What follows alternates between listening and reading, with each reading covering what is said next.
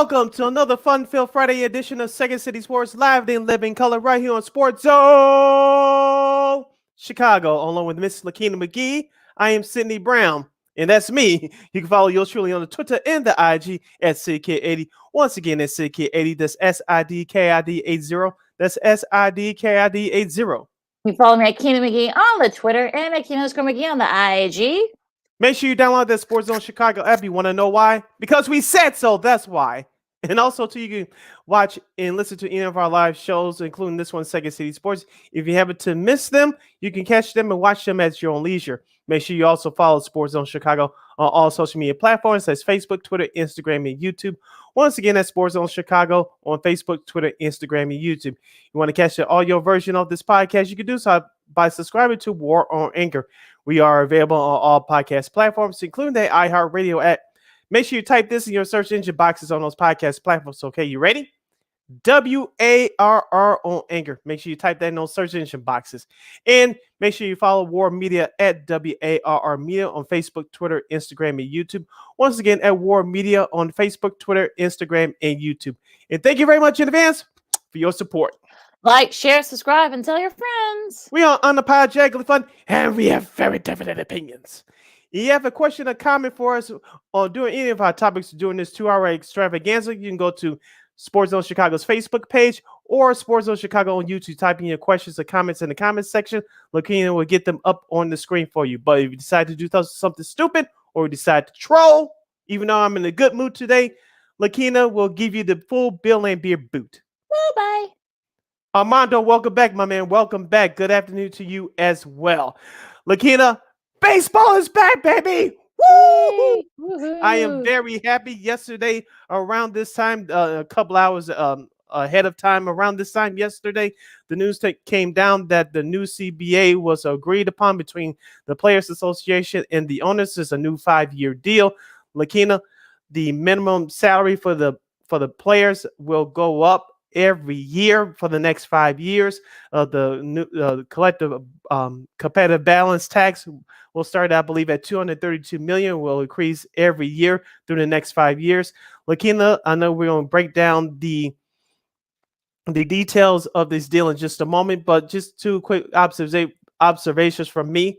One, with the owners pulling that foolishness, they almost did it yesterday, but last week with the foolishness they pulled, this deal could have been done last week. It should have been done months ago, but I'm glad that is over and done with. And number two, the players got, at least from the outside looking in, the players got the majority of what they wanted this time, unlike the last two agreements.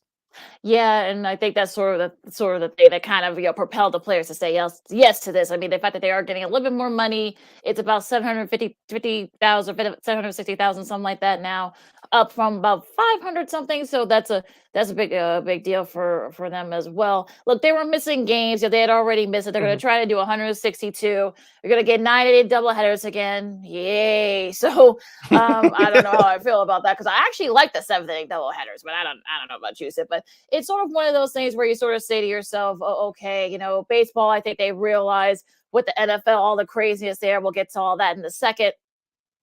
Basketball, college hoops is starting to, kind of liven up again with the conference tournaments and such. Then you got all the other stuff, the NBA and all that craziness. So it's sort of one of those days where baseball had to do something. And I guess the owners gave a little, the MLB, the players gave a little, and look, now we're going to have baseball. You're going to have the 12-team expansion, 12-team expanded postseason, get the universal DH, get no runners on base on the start of extra innings, which I didn't like too. I was too crazy about that. So it's definitely one of those things where you kind of say, you know what, okay, both sides had to give a little, but in essence, though, it ended up being a very good deal. Hopefully, this will last a while. I don't know what the terms are going to be, maybe 5 years or something like that. But like I said, baseball needed this desperately. So I'm glad they figured it out. And in about a month from right now, a little over a month from right now, we're going to have baseball.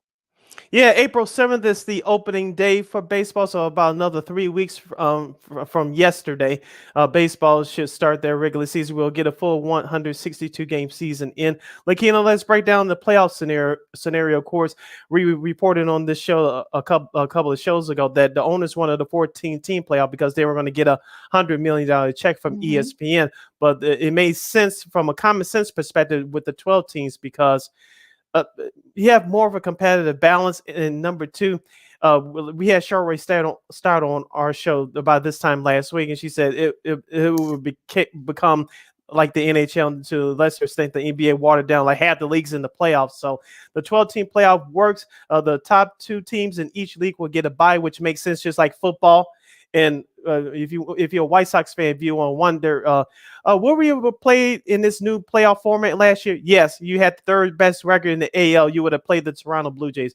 I think the Sox would have won that series anyway. But if this was last year's playoff, this year's playoff format last year, the Sox would have played Toronto. They would have hosted the Toronto Blue Jays for all 3 games at Sox Park last year. The Sox would have won that series, by the way. But that's neither here or there. But this new playoff format makes sense, of course.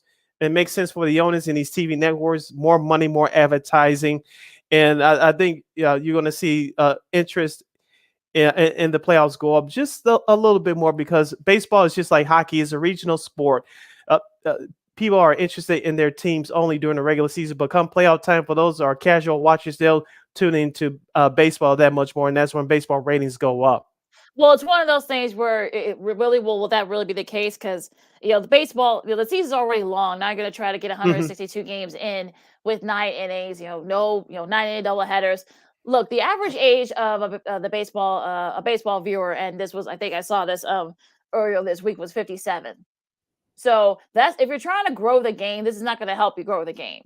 And it's sort of one of those things where, okay, yeah, you're getting more money. Yes, ESPN will get 100 million for that extra playoff game. Apple TV is going to be doing exclusive, national Apple, Friday night Starting this season. sports. So it's sort of one of those things where you're kind of like, is this really going to be sort of the thing where it's going to like grow the game? Yeah, it's gonna, you're still gonna have like time issues. Yes, the pitch clock, that helps with the time. Mark Burley, I'm sure, is somewhere just like laughing his head off because all his games were probably like under 3 hours. But we'll see if that helps. I don't know if it will. And Armando had a nice comment, as he usually does. Welcome back, Armando. What's up? He says he remembers when he was a kid in the '70s going to a doubleheader with his friends. They would go to Wrigley, spend the whole day there, see what a game would be like that was called. After being it was too dark out. So now remember Yeah, before pre that's the night. 1988. Yeah, I was saying before they put the lights up over at Wrigley. So Yep. that's interesting times there. But yeah, I mean, look, it's going to be interesting. I think, like I said, I think the baseball Rays were decent last year, but who knows what will happen? Especially, I'm sure people will come back. We're not going to have like the big issues, but they could have done this already by December. Hmm. They didn't have to go through or even January at the latest. They had to go through all this, pomp and circumstance, trying to get a deal done. Because in the essence here, yes, like the players gave a little, like I said, but the owners gave a little bit too, because some of the regional networks, like we were saying, you know what, I look, they were going to lose money after a certain Hmm. point, so they didn't have Yep. no choice but to bring that out. Now I want to go to free agency for a second before our buddy Jordan comes on in a couple of minutes. It's going to be fast and furious. Carlos Correa, with all the rumors there, perhaps the Cubs are one of the favorites. Freddie Freeman, will he still be with the Braves? Some of the other players that are going to be out there. So it's going to be a frenzy, and you see with with some of the spring training sites. So the players are already there. So it's going to be one of those things where, okay, you're going to have guys kept in shape. Have guys sort of been able to kind of figure out where they want to go. So it's going to get fast and furious. Now, of course, with everything else, the NFL, and we'll get to all that in a bit. But even with all that, they still, the NFL found a way to still kind of sort of push them to the side. So it's sort of one of the things where that's another thing that the baseball has to work on.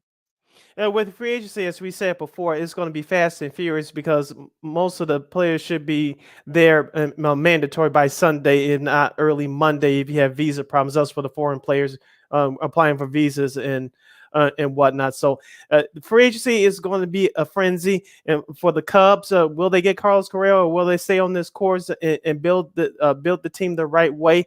On the south side, you still have Craig Kimbrell technically on the team. Will they trade him for that second baseman or that right fielder that they need? So there's going to be a lot of options for both teams in town. Lakeena, we have our guests ready to go. All right, you heard him on WGN Radio doing news and sports. Also, too, if you probably saw him on ESPN doing college hoops, throughout the season during the Horizon League and such. He's a friend of the show. You can follow him at Jordan Bernfield on Twitter. He is the one, the only Jordan Bernfield. Jordan, what's up? How are you? I'm doing great. How are you guys doing? Busy day. Doing great. Baseball's back. Yeah. Busy. Yeah. I'm thrilled that baseball's back. How depressing was that? I know, right? So tell us about that, because I'm sure, I know we all know you're a big baseball fan, Jordan. So what was that like, through the few months, and now with the agreement coming down to the wire? What describe your thoughts on all the craziness? Just speaking as a fan, it was really frustrating to follow, because I felt as if a lot of the coverage of it was, who's right, who's wrong, are you on the player's side, are you on the owner's side? My feeling on it really was, I don't care who's right or wrong. I just want baseball to return. Mm-hmm. So get to the table, come up with an agreement, and get this done. My view on this too is just that I don't think fans, the diehard fans, care about the internal squabbles between the players and the owners and who gets what and where the sides are on these different issues. But I think that the general fan base, or the general population of sports fans, doesn't care about any of this stuff. I don't know how you guys feel. I think that they're just like, okay, am I going to be able to take my kids to a Cubs or White Sox game this year? That's it. And so I think that for most people, it's really unsavory, because they're like, well, millionaires and billionaires are fighting over who gets more money. So I think that it was a bad look for the sport. It's unfortunate that it came down, 3 weeks after the spring training was supposed to start, but we're here. There's going to be a crazy few days of players signing all over the place. Hopefully for our Chicago teams, we get something interesting. But I'm glad that baseball has returned. Speaking of on the field, Jordan, let's focusing on there. Me and Lakeena were talking about this before you hopped on with us. Carlos Correa's name has been floated around with many different teams, in particular the Chicago Cubs. David Ross, the manager, will be entering his third year behind the dugout. Do you think the Cubs will seriously make a move for Correa, or just stay on track and trying to build this quote unquote the right way? Well, Sydney, I think that I'll say this. I didn't think that the Cubs would be really honestly in on Carlos Correa at the beginning of the offseason. Mm-hmm. I thought that they should be, because when you look at their payroll commitments, they're not paying anybody anything. The only payroll commitment that they have is Jason Hayward for this year and next, which is dead money because he was here anyway. And they now signed Marcus Stroman, but at a deal that's only 3 years, that's not going to crush you financially. Apart from that, you have Kyle Hendricks on a team-friendly contract, and you traded, or the players that you had are gone who had big salaries. So, Ben Zobrist isn't here anymore. John Lester isn't here anymore. Jake Arrieta isn't here anymore. You go down the line. All these guys that were making reasonably big money are gone. So where you're at now is a situation where the Cubs should be in on a player like Carlos Correa, because even if they had to sign him to a 35 million per year contract, it does not inhibit them from being able to sign other players.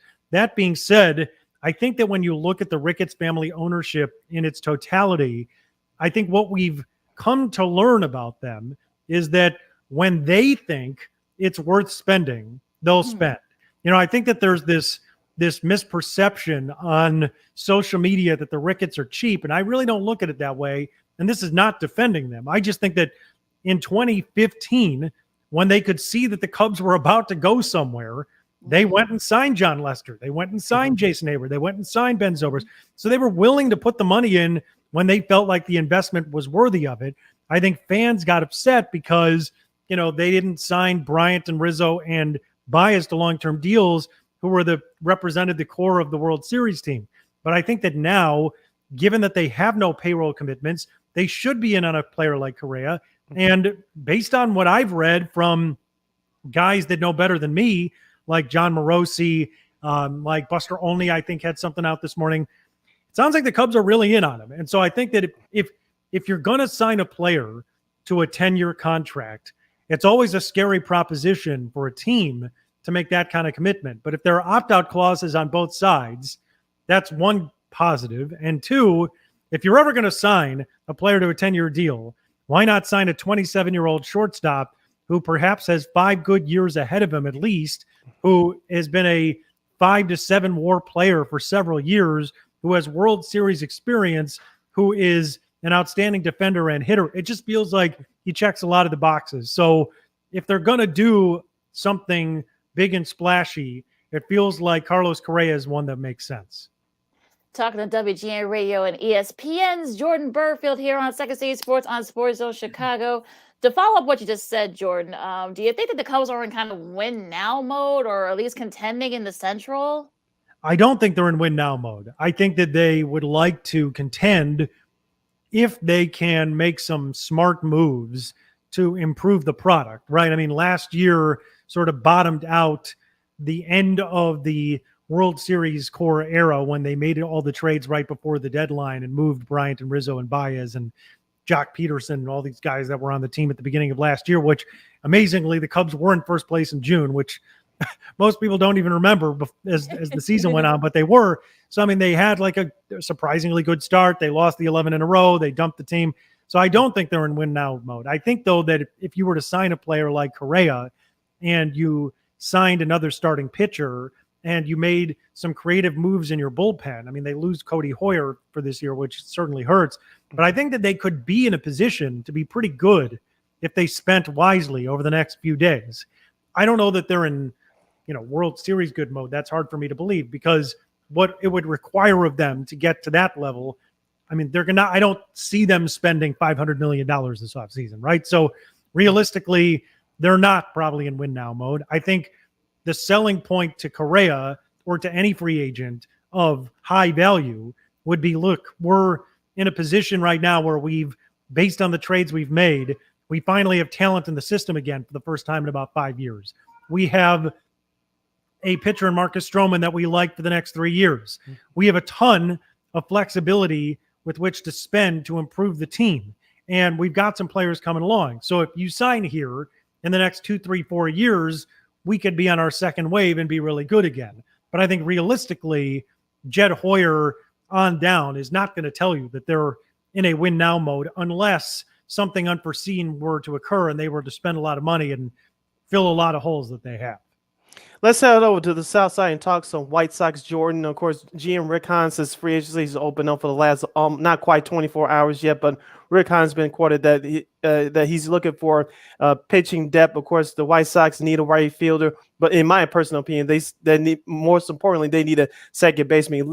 Not Larry Garcia. He's a good backup. He's your utility guy, but I don't think he's a starting second baseman, and that's okay. That's his role, to be that utility guy. What do you think the White Sox are going to do over the next few days in free agency? Yeah, I mean, Sid, I think you hit on some of those, right? I think that they're definitely going to try to find someone to play second base more consistently. Obviously, Nick Madrigal was the option until he was traded to the north side of town in the offseason, so he's no longer available. They're going to need to find somebody. But I also think that based on what you just said, it's not like they have to find, a superstar second baseman because they have flexibility there, right? You could use Yoan Moncada there. You could use Larry Garcia there. You can use a few different guys to fill those holes. And because the White Sox have a pretty versatile roster, I don't think it's like you have to have a great second baseman or bust, right? I mean, I think that they could find creative ways to fill that position.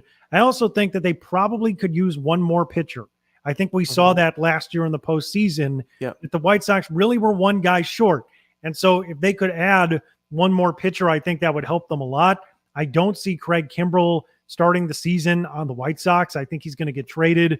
We'll see. I just don't foresee him being on the team next year, even though I liked the creativity of the move that they made to try to have, Kimbrell and Hendricks at the back of the pen. Didn't exactly work out the way that the White Sox intended because Kimbrell really suffered in the second half of the season for whatever reason. So I think that they're going to try to make a couple of creative bullpen moves. I think they need to add one more starter. And if they can find someone at second base or in the outfield, or someone at least that's more of a utility player that they perhaps could use in two positions, that's what I'd see for the Sox, because they're in win now mode. They have a really good team. They have a very talented roster. They don't need massive moves. They just need a couple of creative things to make them better. Let's go to, and you just don't answer my question about Kimbrel, perhaps maybe, being traded before the start of the season. So you already got that there. But let's go to the ground for real quick, Jordan.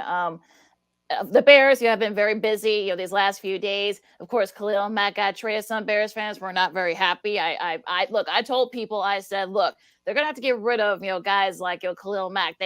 Now they're saying that maybe they might trade, Eddie Goldman, maybe Robert Quinn might be on the trading block. They're releasing Tariq Cohen, perhaps even Danny Trevathan.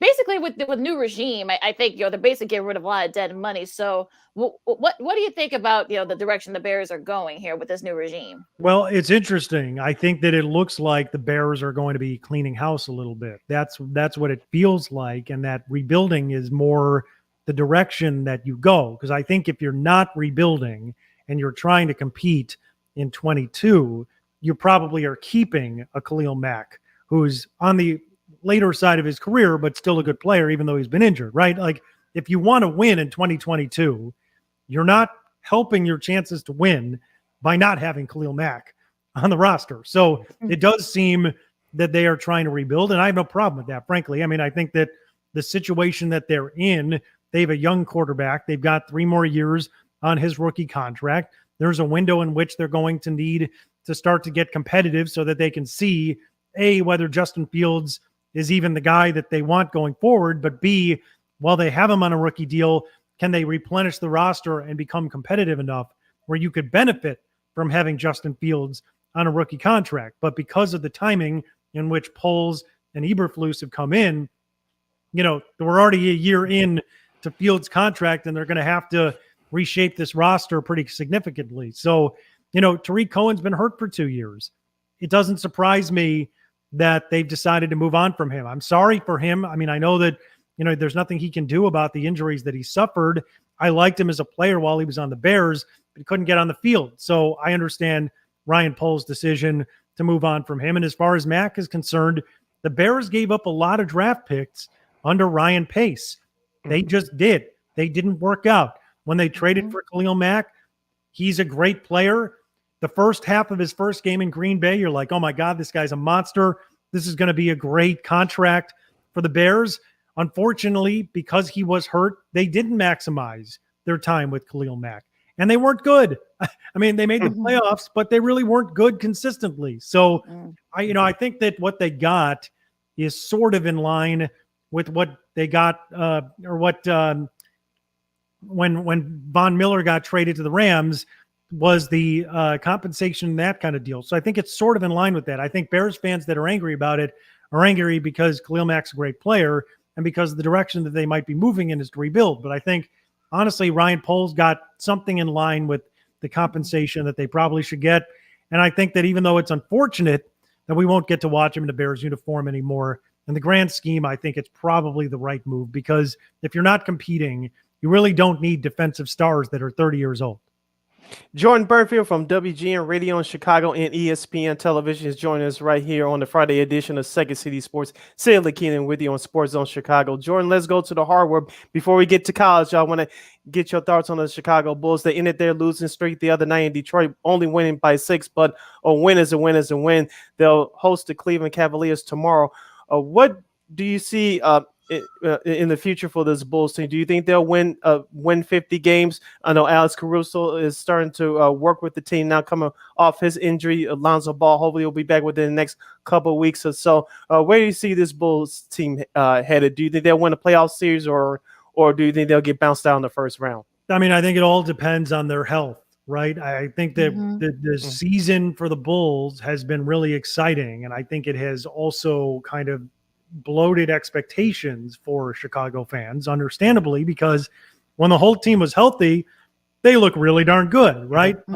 But because they have not been healthy for a lot of the season, whether it was guys being out with COVID earlier in the year, the Caruso thing. I mean, you go down the line, the different injuries that they've suffered during the year, they haven't been at full strength for much of the season. So I kind of look at some of the losses that they've suffered against top teams, not really as an indictment of them, but more just the fact that they've not been at full strength.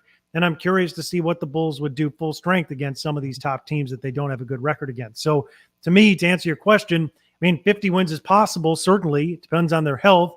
I think that being a team that can win a playoff series or two depends on getting everybody back, getting them into the rotation, and then getting them comfortable. I think Billy Donovan is such a great coach and has done so many good things with this roster and just has such a pedigree from his previous stops, both in college and the NBA, that he can figure it out. It's just, it's kind of one of these things where, are they going to be healthy enough to get everybody situated by the time the playoffs roll around, which is obviously coming within the next month. So I think that they could certainly be a very difficult out in the playoffs. I don't foresee them being a team that's going to be playing in the Eastern Conference Finals, but it's possible, right? And I think that the expectation going into this year was, hey, maybe they get in the playoffs and we'll see what happens, right? I don't think anyone expected DeMar DeRozan to be a legitimate MVP candidate the way he's been. So I think everything is pointing in the right direction for the Bulls. It's just dependent on health, dependent on whether they can kind of get the chemistry back with all these guys together. And if it's not this year, perhaps, next year or a year down the road, they're in a really good position to go deep in the playoffs. Will be very interesting, no doubt. All right, Jordan. Next week is March Madness. Selection Sundays this coming Sunday in a couple of days. Loyola, you do a lot of the home games for NBC Sports Chicago. They're back in the tournament again with Drew Valentine, first year at the helm. Then the Horizon League. I know you did a lot of the games for them this year. Wright State, kind of like a Cinderella story with everything they went through this season. Do you think any of them could probably make some noise in March? Also, Illinois is in the middle of a battle with Indiana right now in the quarterfinals in the Big Ten. So what's your breakdown of March Madness? Can any of the local teams sort of make any big moves? Yeah, I mean, I think for Loyola, it's a little bit of a different team this year than they were a season ago. And the biggest difference, Lakeena, is that Cameron Krutwig is now playing professionally in Belgium. Right. I mean, the season that they had this year was great, and you figured that they'd be a really good team again because they have 7 seniors, because they had 4, quote unquote, COVID seniors that returned for their final year at Loyola, which is a testament to Drew Valentine and his ability to keep his players, because, a lot of these guys in their final year at the COVID transferability, they left, right? I mean, there were not that many COVID seniors, but a decent number in the country. And of the 30 that decided to stay with their previous school, 4 of them are Loyola Ramblers. So it's a testament to Drew that he was able to keep those guys. I mentioned that because they were still 25-7, right? This is a very good team. This is a team that's got veteran experience with Lucas Williamson leading the way. This is a freshman on the Final Four team, a big part of last year's team, one of the best defenders in the country. So Loyola is a team that certainly could be one that could win a game or two again in the tournament. The question I have is, when they had Cameron Krutwig, they could match up with anyone on the interior. We saw that against Illinois last year. We saw that in the Final Four run in 2018. I think they'd have a little more trouble with this year's group against a big center that is as prolific as Kofi Cockburn has been. Speaking of Cockburn, I think Illinois is a team that could certainly go deep in the tournament again. My concern for Illinois is that I think in the early rounds, they're probably not going to have a matchup where Cockburn is facing somebody that's going to be real difficult for him, but their guards have shown inconsistency sometimes this year. As good as their guards are, I mean, Trent Frazier is a great veteran. Andre Curbelo is an exciting young player, but he's mistake prone. Alonzo Plummer, really good player, but also can be a great shooter and can have a game where he can't hit anything.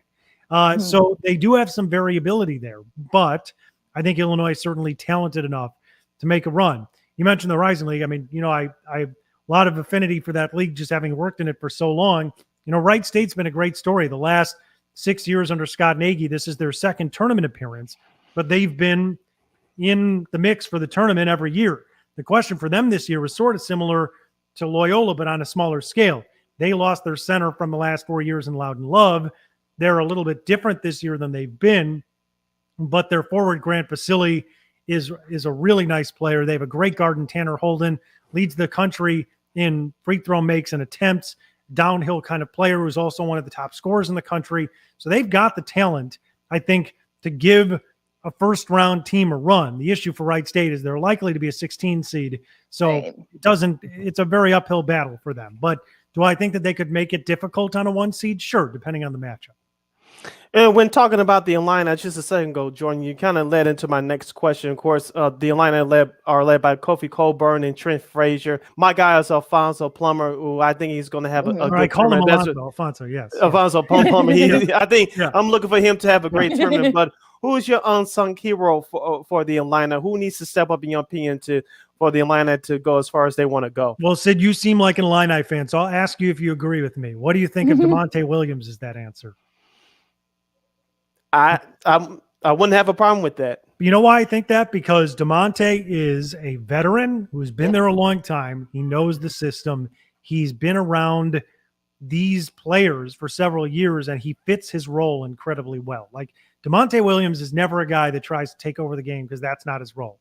He knows how to pass the ball, how to defend, how to get energy going for the team. You know, come up and defend somebody at the top of the key to get the crowd going. He's that kind of player, right? And you can hit him in the corner for a 3. You can get him to the free throw line if he needs to. He does a lot of things well. So to me, you know, if you make a run in the tournament, it's not always about the stars, right? A lot of times it's about those peripheral role players that step up in big ways to get you deep in the tournament. You think about Loyola when they went to the Final Four. Yeah, they had Valley Player of the Year Clayton Custer that year, and they had Cameron Krutwig, who was a great freshman center. But Ben Richardson was a huge part of that team, had a huge game in the Elite Eight, was not only a great offensive player, but was a tenacious defender that kind of taught Lucas Williamson how to be the player he is. So I look at DeMonte as somebody that could be that for Illinois, and it doesn't mean that he has to score 20 points in a game because that's not his role. But if he does all the little things that he needs to do and plays really well in this tournament, he could be one of those unsung heroes for Illinois. Speaking of those like interior guys and unsung heroes, last question for me, Jordan, as we wrap things up here with Jordan Bernfield here on Second City Sports. Who do you think wins the whole thing? There are good, like, you can put 10 or 12 teams in a hat and just, you know, shake it up and just you say, oh, okay, you can make a case for that particular team. Who do you think is going to win? This year, I think it's way more open than it's been in previous years. I mean, I hate to say that I don't know, but I don't have a really good feel for who's going to win this championship. I mean, there's a few teams that come to mind, but I could also talk myself out of them. I think that the one team that I've watched this year that isn't always the most consistent, but when they're at their best is really hard to beat is Duke.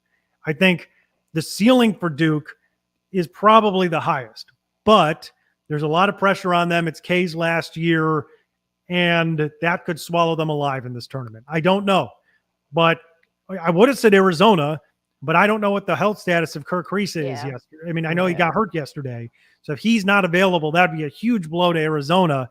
I thought, you know, the way that they've played, and I've watched them several times this year. I mean, Tommy Lloyd's got them playing with pace.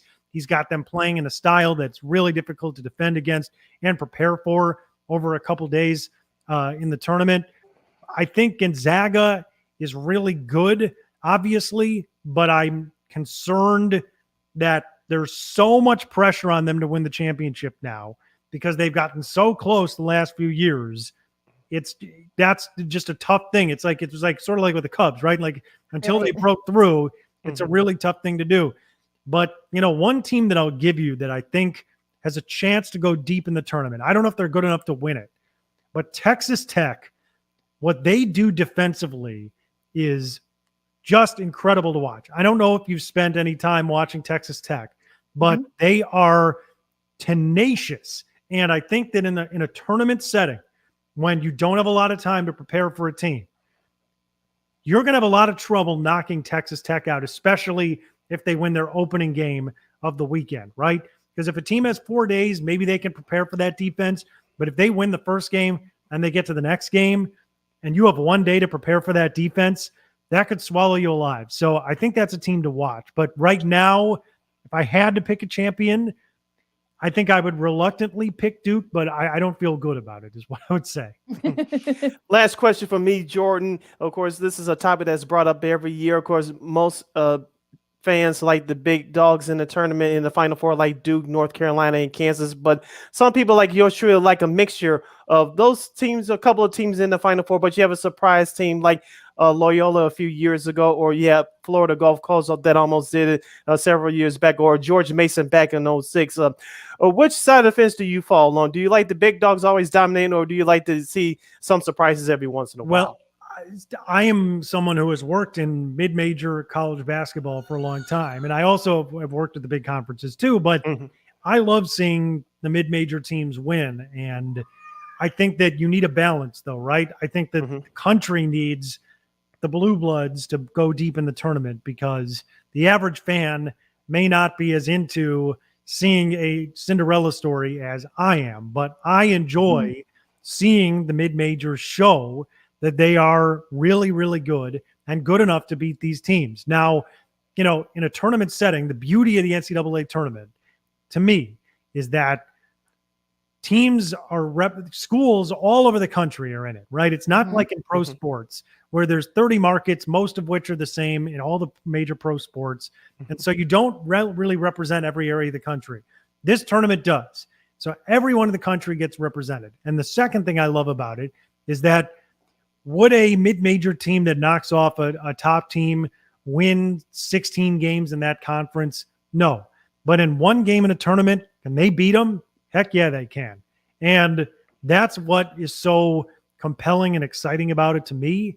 And so I love seeing the mid-major stories. Now, it's also dependent on matchup, right? Like from the 15-2, that's fun.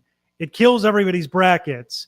But typically after that point, they're not going to win many more games. Now, if they do, it would be an incredible story. But typically they don't. But when you get that like 11 or 12 seed, that really is a good team that maybe got underseeded because of the bias against mid-majors, and they shred people through the tournament like Loyola did, for instance, in 2017 or 2018 rather.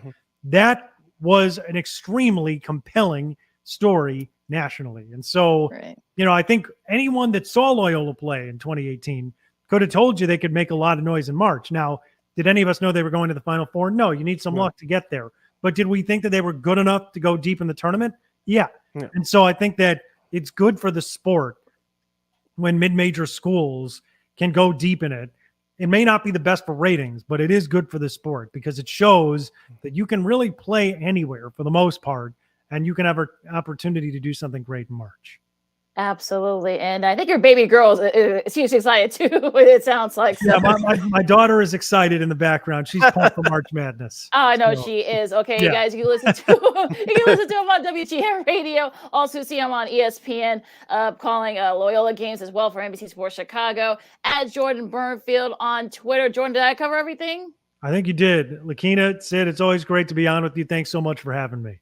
It's always Thank you, Jordan. You keep up a great work. You guys stay safe. All right, you too. Take care. All right. That is Jordan Bernfield. Sid, do you want to take a break? Because it's always fun when we have them on, so I gotta towel off. We'll come back and finish up our number one strong. So let's take a 20 and then we'll come back and finish up our number one strong. Absolutely. You listen to Second City Sports, the Friday edition. We're live and in living color right here on Sports Zone Chicago. I'm Sid. That's Lakeena. We'll be right back. AutomotiveMap.com presents the Sports Flash on the Sports Zone Chicago.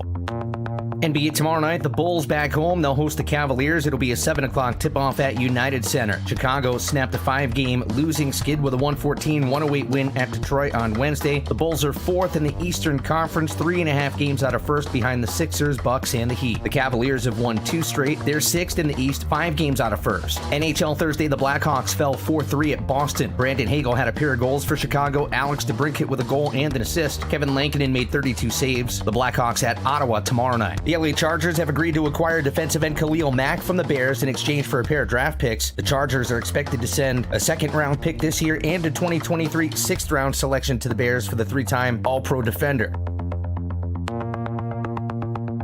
For lightning fast sports updates, download the Score app. It's free and one of the most popular sports apps in North America.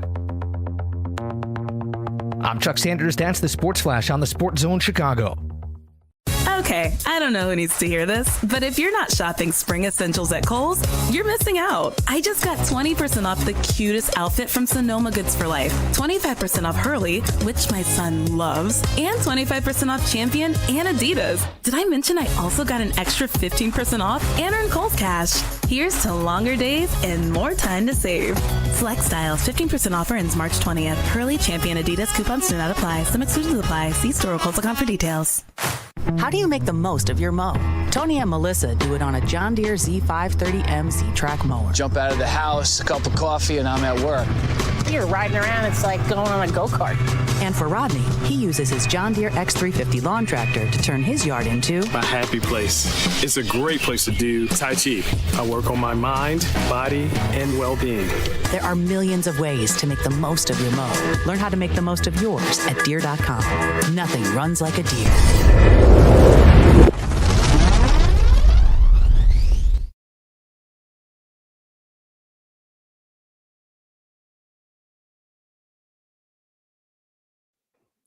Welcome back to Second City Sports. We're live and in living color right here on Sports Zone Chicago, the Friday edition. I'm Sid. That's Lakeena. We'd like to thank Jordan Bernfield for hopping on with us to talk everything Chicago sports, including March Madness. And Lakeena, we have a few minutes left before we have our next guest, Ms. Jackie Kostek from CBS2 Chicago Sports. She's going to hop on with us to continue the conversation. But let's stick with college basketball. As you mentioned, Lakeena, you never know what's going to happen in these conference tournaments. It just went final in Indianapolis in the Big Ten tournament. The final line I fall to the Indiana Hoosiers by the score of 65-63. As Jordan mentioned in our interview previously, Lakeena, when the Illini struggle shooting, they lose the majority of the time. Check out these statistics. The Illini shoot 36% from three-point range, but 35% overall. The Indiana Hoosiers 30% from three-point range, but they shot a stellar 46%. That was the difference in today's game. And check out these statistics from the Illini. Jacob Granderson, of course, did not play. My guy, Alfonso Plummer, he struggled again today. Only 2 of 7 for three-point land, only 6 points total. Trent Frazier, 11.6 assists, but 2 of 6 from three-point land, 4 of 10 overall. My guy, Coleman Hawkins, him and Kofi Carburn on the big man for this team. Now, both of those guys did see a significant amount of time on the floor together in that second half. Coleman Hawkins was 5 of 10 for 18 points, 4 of 7 from three-point range. He had 4 rebounds total. Kofi Carburn had a nice game, 23 of 10, but you cannot blame him for today's loss. Corbello had a chance to win the game for Illinois. He missed an easy layup. Indiana made a free throw to make it a 2-point game. Of course, that's how the game ended. Indiana, Mike Woodson, you got to give him credit. They're going to improve their seedings coming into today's action. According to me, these bracketologists and so-called experts, Indiana is one of the last 4 teams to get in. Looks like they're going to get a better seeding now. Heaven forbid they win tomorrow, and then, of course, and play for the tournament championship on Sunday. Woo-wee. Yeah, it's sort of one of those things where you play like a team that has their backs against the wall. Indiana's been very inconsistent all season long. And look, it's about getting hot at the right time. It looks like, Mike Woodson's got his guys getting hot at the right time. So they earned it today. I saw the tail end of that game. I had in the background where we were talking to Jordan, and free throws were an issue. Alfonso Plummer, unfortunately, it's feast or famine with him. And unfortunately, we got the famine, and he didn't play very well, and struggling through the free throw line. Illinois did so. You got to you give Indiana credit. We'll see what happens. This could affect Illinois seeding again. We'll see. But I mean, look, Illinois.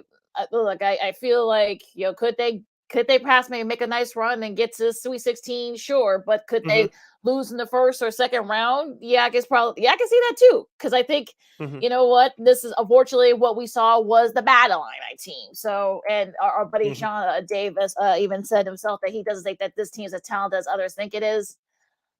I mean, I don't know if I agree with that. We'll see. But again, it's going to come down to matchups, as Jordan said. Jordan just said a couple of minutes ago, it's all about the matchup. So we'll see what happens with this one. Now, going into the whole, the Big Ten tournament as a whole, now that Illinois has gone bye-bye, I believe I don't have the bracket right in front of me, but they faced the winner of Iowa and Rutgers, I believe.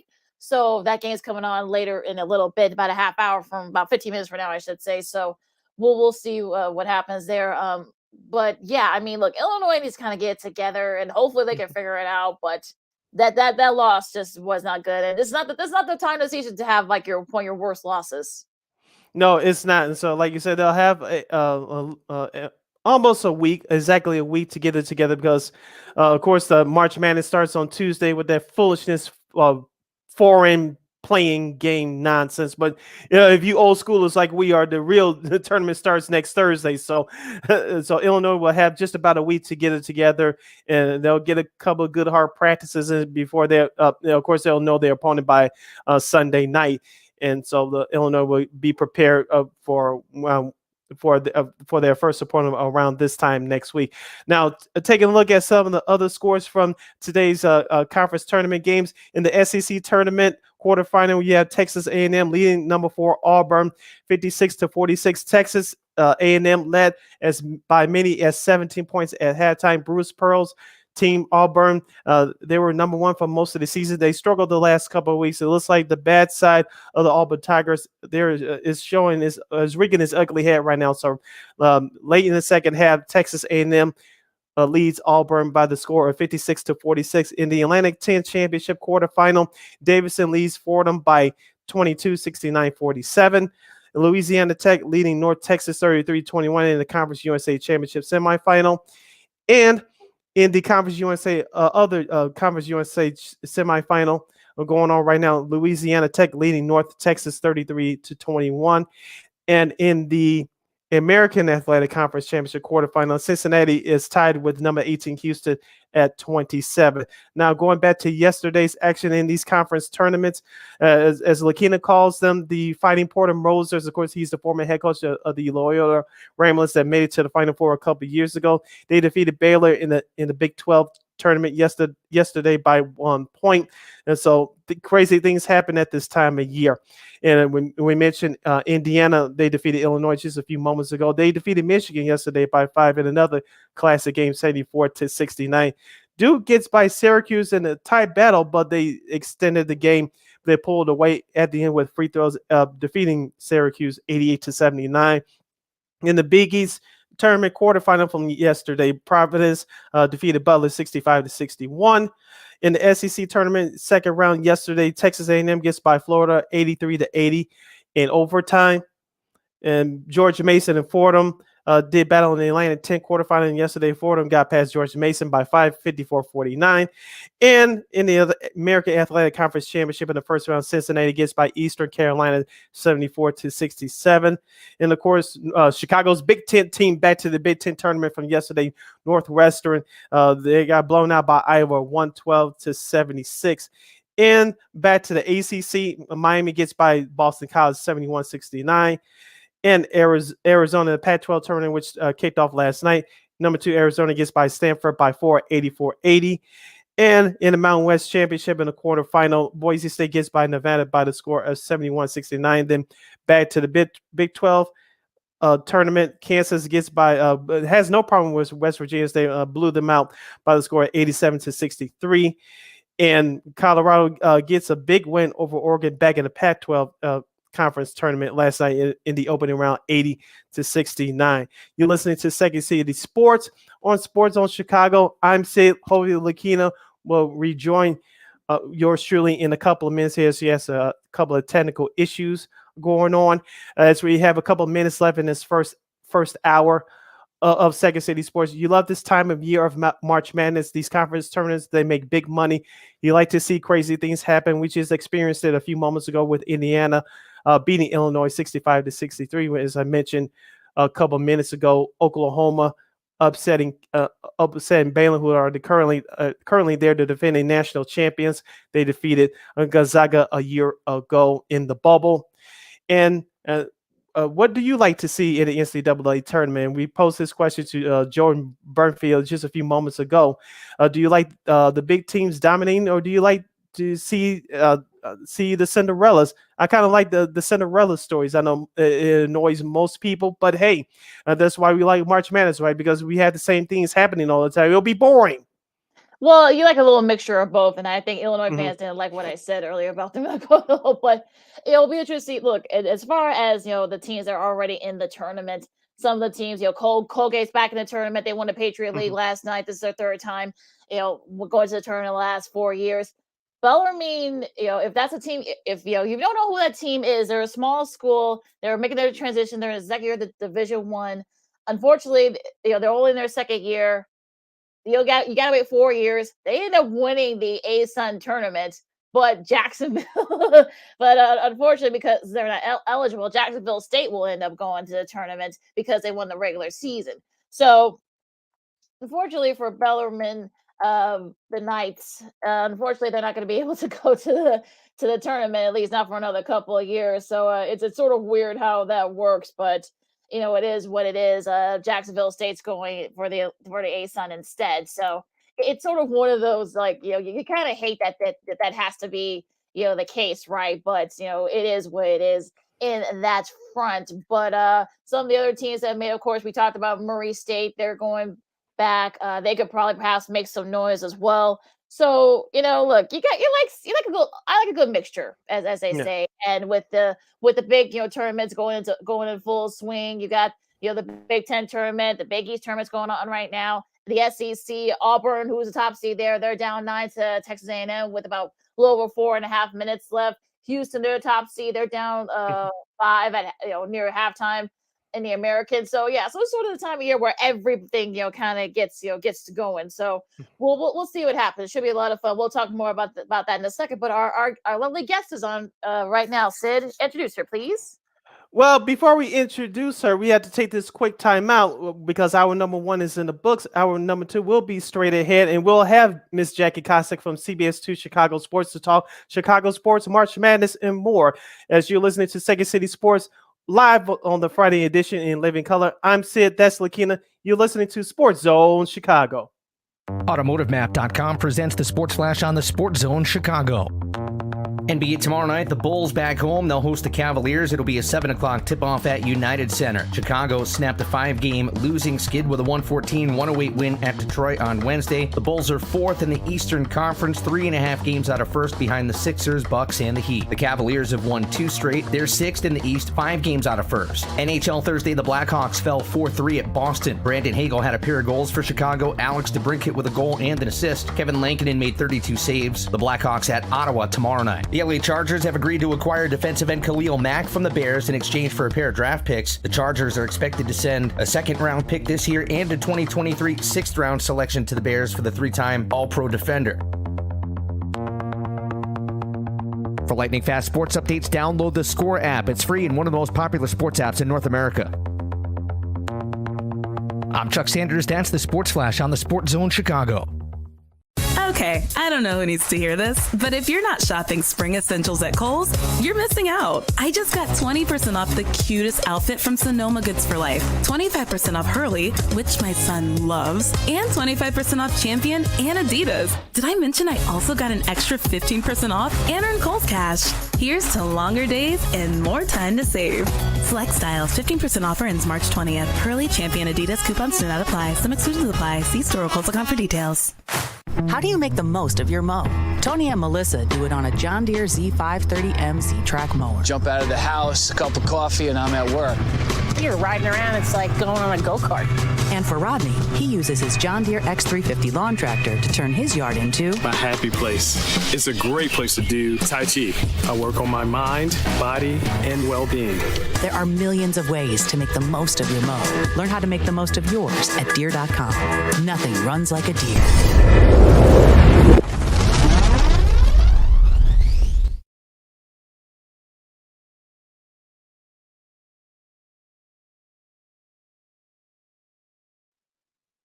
Welcome back to hour number 2 of Second City Sports on the Friday edition. We're live in living color right here on Sports Zone Chicago, along with Miss Lakeena McGee, which is she. I ain't Sidney Brown. Hey, that's me. You can follow yours truly on the Twitter and the IG at SidKid80. Once again, at SidKid80. That's SIDKID80. That's SIDKID80. You can follow me at Keena McGee on the Twitter and at Keena McGee on the IG. If you have a question or comment for our next guest, you can go to Sports Zone Chicago's Facebook page or Sports Zone Chicago on YouTube. Type in your questions or comments in the comment section. Lakeena will get them up on the screen for you.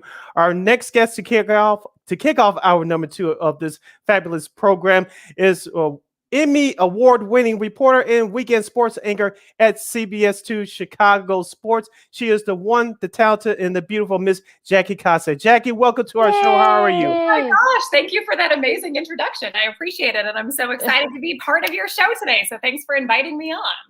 No problem. I'm assuming, I know you love your job, but I know this is what you signed up for, to cover it. You do everything human interest stories and covering sports, but we wanted to give you a break from covering that Chicago politics nonsense. So who needs that headache, right? Right. Well, no, sports, I feel like they have a little more, they have some politics involved, but yes, we're not covering Mike Madigan like we were last week. So this week has been all about sports. So yesterday was like a huge day with the MLB coming back and, Khalil Mack being traded away to the Chargers. We've got Big Ten conference tournament play this weekend. So big game that just happened too. I don't know if were you guys watching Indiana and Illinois? Yeah, that was crazy. One eye on the screen and one eye on here trying to do the show. In this business, you have to multitask sometimes. Try multitask. If I'm making this word up correctly, do 3 things at once. It's hard to do 2 things at once or 1 thing at once, but you know how this goes. Right. Well, we try to make it look effortless, even though it really takes a lot of effort to do. Let's start off with college basketball in the final line. Of course, you just mentioned the Illini lose to the Indiana Hoosiers 65-63. It came down to shooting, Jackie. The Illini shot abysmal 36%, Indiana 45%. Let's go to the Illini first. When they shoot below 40%, they lose the majority of the time. When they shoot 40% or better, they win the majority of the time. Give us your assessment of the final Illini. Do you think they could go deep into this tournament this year? We expected them to do it last year with Io DeSumo. Of course, they got upset by Porter Mosers of Loyola Ramblers last year. What do you see the outlook for the Illini this year? Yeah, I feel like a couple of weeks ago, most people were putting the Illini possibly in the Final Four, but I feel like over the last couple of weeks, they've dropped a couple really close games. You saw them drop a game at home against Ohio State a couple of weeks ago. And then, of course, just today, dropping that game. And actually, they were down to Iowa, on their senior night until the home stretch. And so I feel like they've really shown that they can lose to competitive teams, which is not really where you want to be.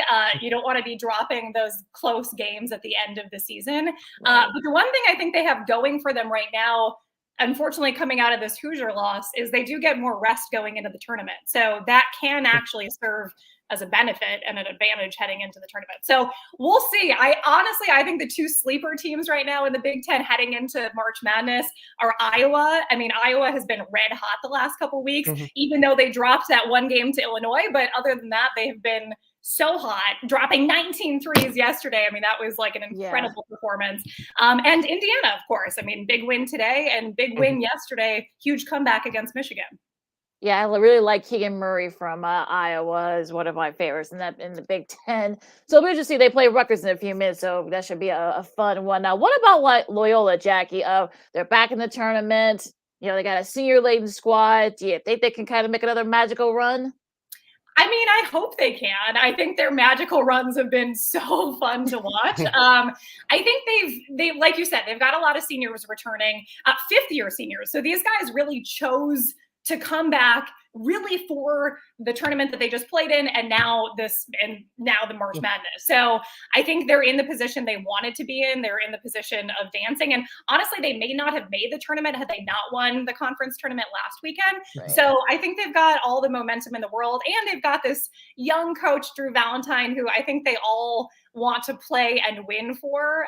And Valentine is so fun to watch and to talk to. He's just got such a fresh personality, and obviously, he was part of the Moser gang as well. So this is the first time he's been in charge and in the lead, but I think it'll be a fun tournament to watch for sure. Going back to the Illini, of course, they're led by Kofi Cockburn. He's a beast inside, and of course, setting the tone from the point guard position is Trent Frazier. In your opinion, who needs to be that unsung hero, quote unquote, that third guy to step up to help the Illini get to where they want to go?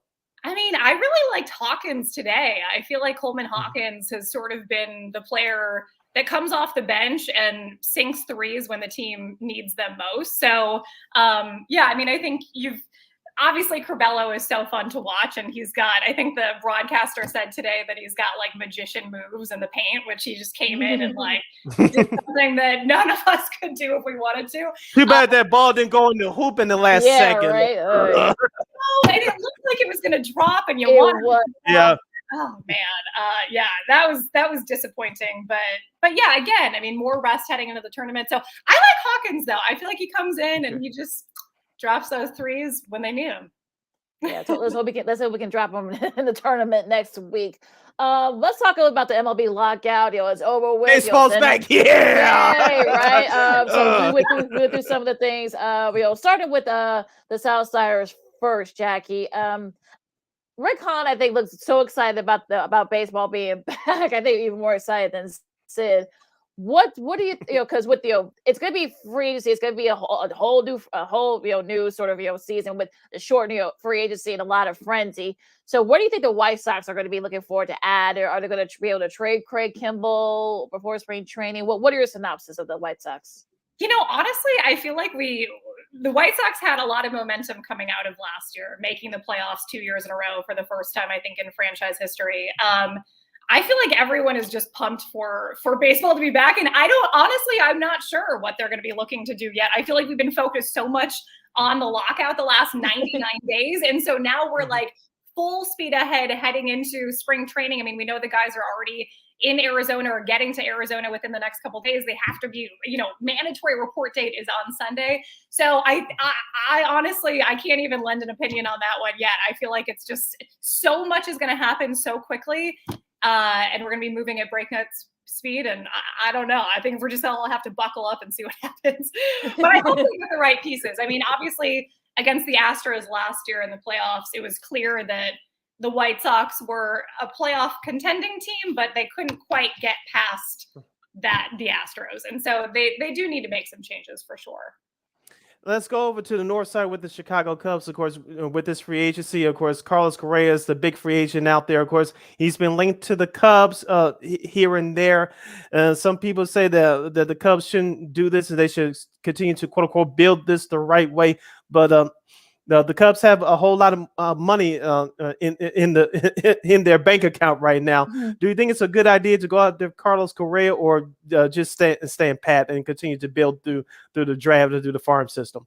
Oh man, that's a good question, Sid. I don't know what I would do. I mean, I think you want the big star power, and I feel like the Cubs right now don't have a lot of those big names. And I feel like over the last decade, of course, with a World Series winning team, like you had so many stars on the team and you just kind of dealt them all away last year. So I feel like it wouldn't be bad for the Northsiders to get our true star back in place. But I don't know. I mean, they also had a lot of breakout stars last summer after they made those trades. They had Frank Schwimmer. Yeah. Was that Schwindel? Schwindel. Schwimmer. Schwindel. No, but you saw some of those guys come out and just really make the most of their moment. And so I don't know. I'm not in charge, so I just gotta, watch as these things play out. And yeah, again, we'll see what happens. But I think we will be seeing a lot of trades and free agent signings in the next couple of days now that these teams are able to make those moves. Well, speaking of trades, you're going to the Gridiron talking about the Bears. They made big news, of course, about just a couple hours after the lockout ended. The Bears decided to trade Khalil Mack. I warned folks that this would happen. They got rid of him. They had to get some picks. I know some people felt that maybe they should have gotten more. More news could probably be on the horizon. They might release Eddie. They might trade or release Eddie Goldman. I know they're going to release Danny Trevathan. That's the latest rumor. They may trade Robert Quinn. A whole new regime, taking over at the Bears. So, Jackie, what do you think? Well, I think they definitely got more draft capital in this, which I think is what they need to bring the right elements around Justin Fields. And I think that's the most important thing for the team right now. They still have a lot of star power on defense. But I think last season on offense, if you're really going to build an offense around Justin Fields, you need to get more on the O-line. You need to get people who are going to protect Justin Fields. And I don't think that we really had that last season. So I feel like in trading away Mac, you free up a ton of cap space. I mean, the Chargers are taking the rest of his 3-year contract at nearly $70 million. And so that frees up a ton of cap space and allows them to hopefully build more in this draft and get the right guys around Fields. Because I know as Bears fans, you just cannot sit around and watch Fields get absolutely mauled by, other teams' defenses this year. So I don't know. I mean, it's a big move, and I think a lot of people will be disappointed to see Mac go. But he also sat out the last 10 games of last season. So I don't know. We didn't really get to see Khalil Mack in prime Khalil Mack form last season. So maybe it is just time to move forward.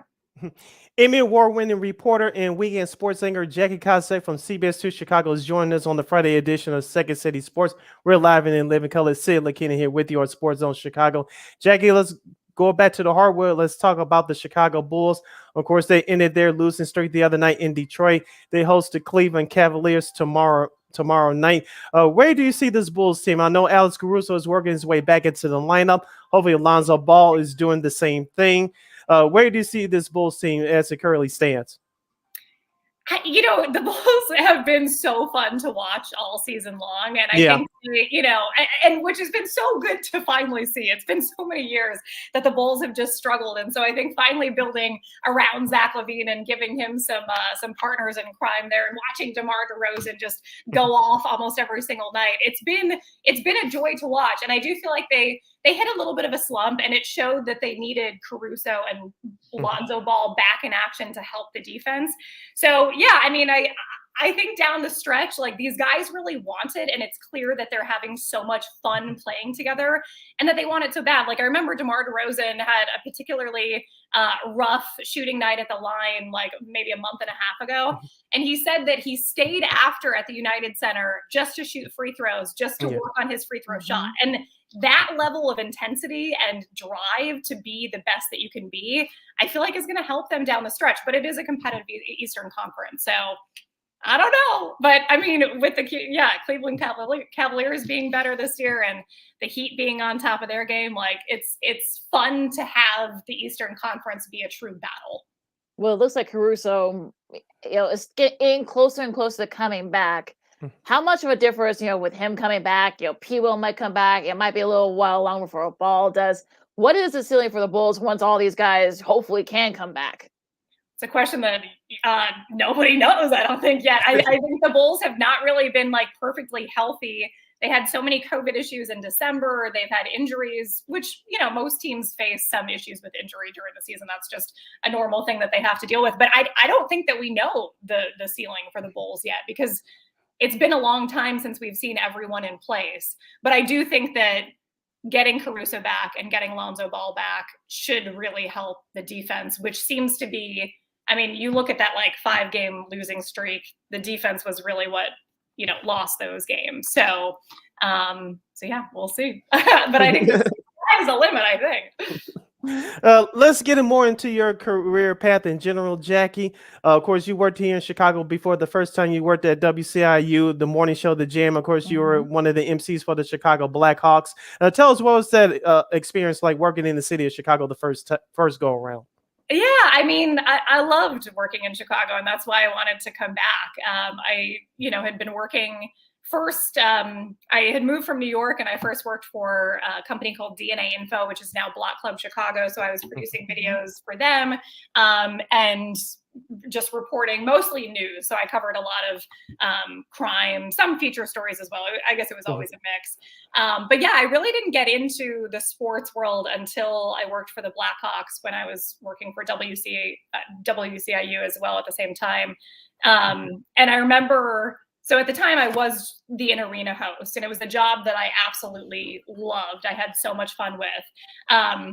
But I remember watching, like, when I was setting up and doing rehearsals before the games would start, I would see the reporters come in from the news stations in town and doing their live hits before the game.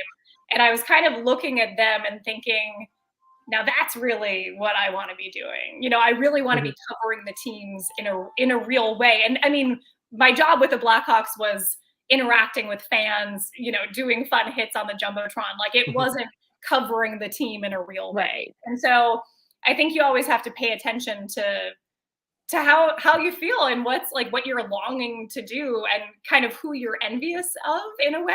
And so I was in that place, like I loved what I was doing and it felt like the right thing for me at the time, but I wanted to be doing that. And so moving from WCIU, I don't think that I could have made the transition to one of the, ABC, NBC, CBS from WCIU. I just didn't have the right experience. I hadn't covered news in, a real way on TV. I was just doing fun features for WCIU.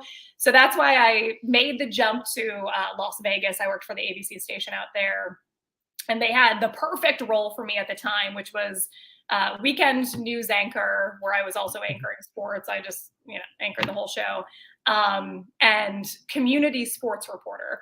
And so I covered sports in a real way, but I also emphasized these community stories. So the impact that the teams were having on the city, and, covering their foundation work and all of that kind of thing.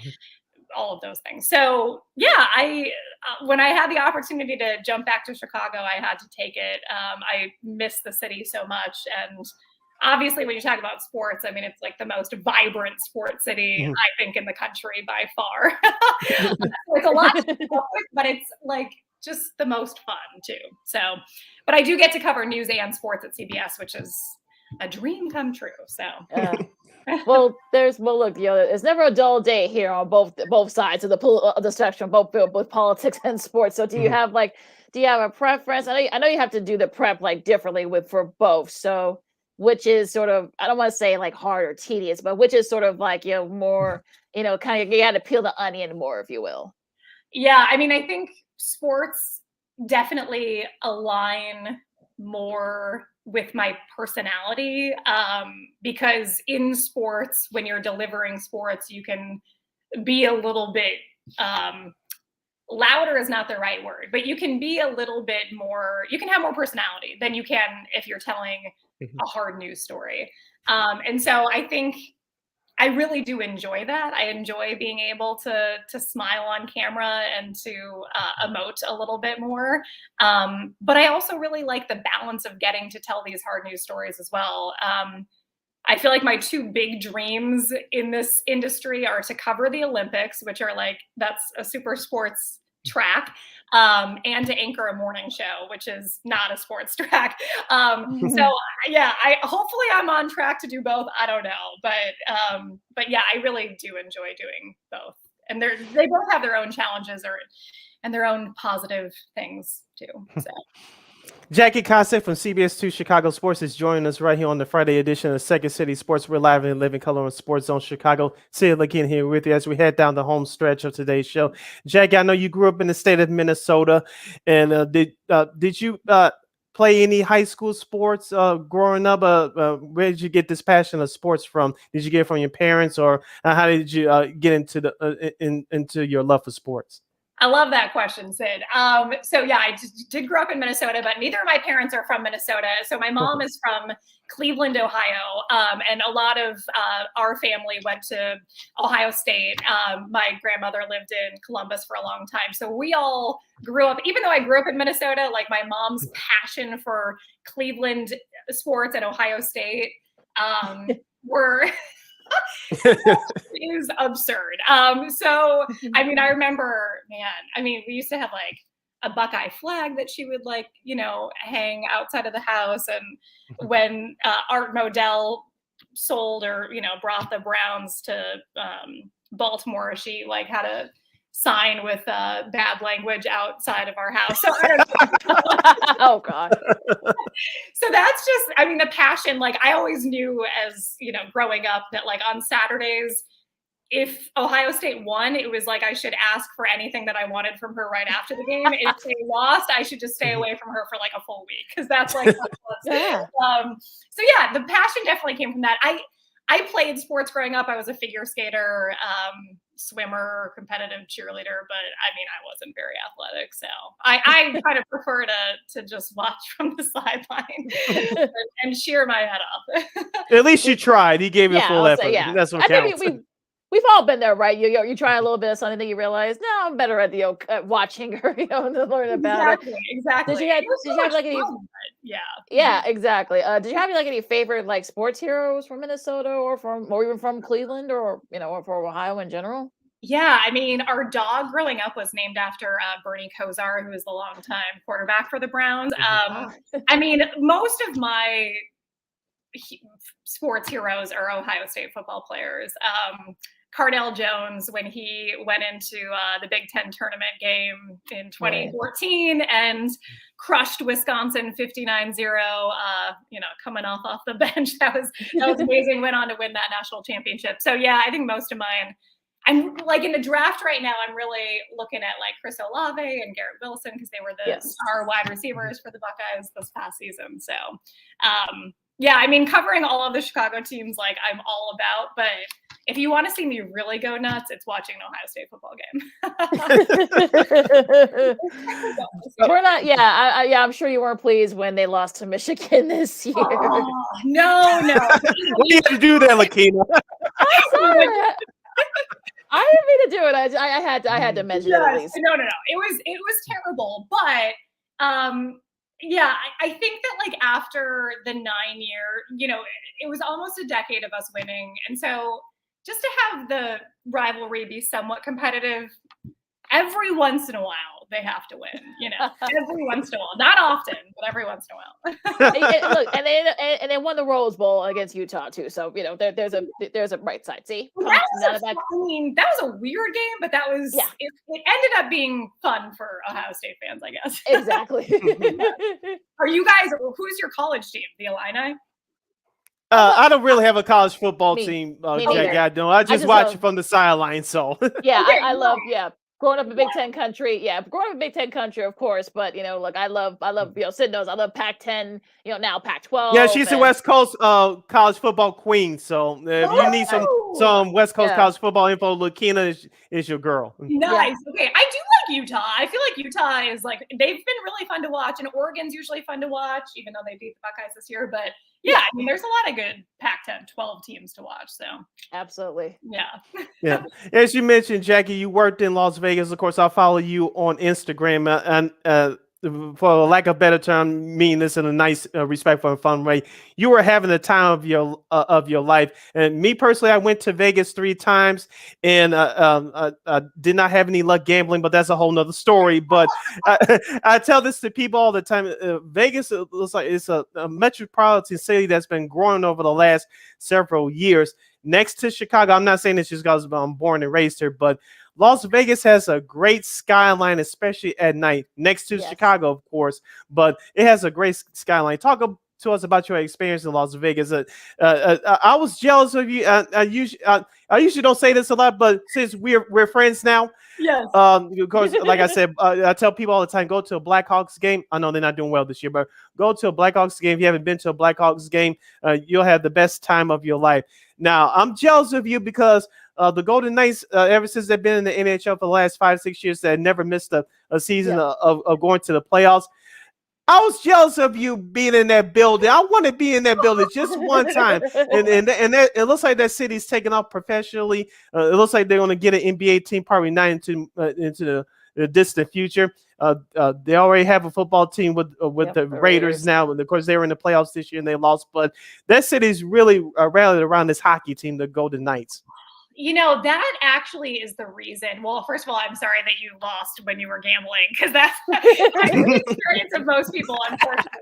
My game is Casino War. I don't know if you guys have ever played Casino War. They only have it in some casinos, like not many casinos, but it's just high card wins. So it's super simple and it's fun. But you can either win a lot really quick or lose a lot really quick. But anyway, I mean, T-Mobile Arena is by far, I think, one of the most special arenas in the NHL, and maybe all of professional sports. It is so loud and such an exhilarating experience every time. I mean, Vegas really goes all out with all of their production, in-game production. So it's what you'd expect out of something in Las Vegas, but you sit down in your seat or you're standing up still maybe.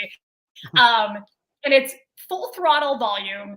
And it's just a show before the game even starts, and then a show when the game is taking a break. So, but yeah, I think the Vegas Golden Knights, that truly is why I wanted to go to Vegas when I was trying to, think about markets that would be a step back in terms of market size, but not in terms of like quality of teams and just like interest level and all of the things that you would want to cover were all in Las Vegas, even though it wasn't like a huge market.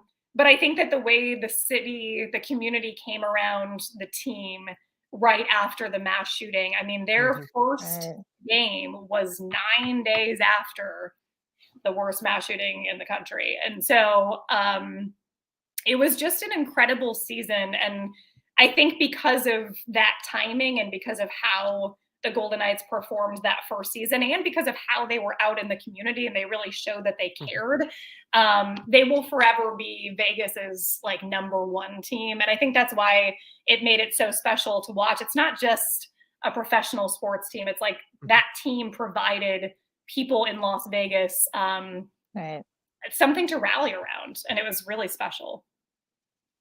All right, you can catch her on CBS 2 Chicago on the weekends, as the weekend sports anchor. Also, too, you can catch her work covering politics as well. She is Miss Jackie Kostek. And Jackie, where can people find you on the social media streets? Yeah, I'm basically on everything just at Jackie Kostek. So if you know my name, you can just search and follow. And yeah, I thank you so much for having me, guys. This was so much fun. No problem. Are you on TikTok? Oh, actually, I'm not on TikTok. No. Oh, good. Yeah. Good. Thank you. That's the best decision in your life. I know. I mean, social media already consumes so much of our time. So no, I can't do TikTok right now. And I hopefully never will, but we'll see. You're a smart person. No. All three of us are not TikTok. Yeah, we're friends for life now. I love it. That's for the kids anyway. It truly is. It really is. Thank you again, Jack. We got to do this again. This was so much fun. Absolutely. I will do it anytime you guys want me to. So thank you. Yeah, thank you, Jackie. Take care and much continued success. Okay, bye. All right, take care. All right, that was CBS 2 Chicago's Jackie Kostek and Sid. We gotta take a breather here for a second. We still got a lot to talk about. NFL trades, NBA, upcoming games. More March Madness. A couple upsets today. Oh, still got a lot to talk about still. But you know what? You can stay right here with us to talk about all of it.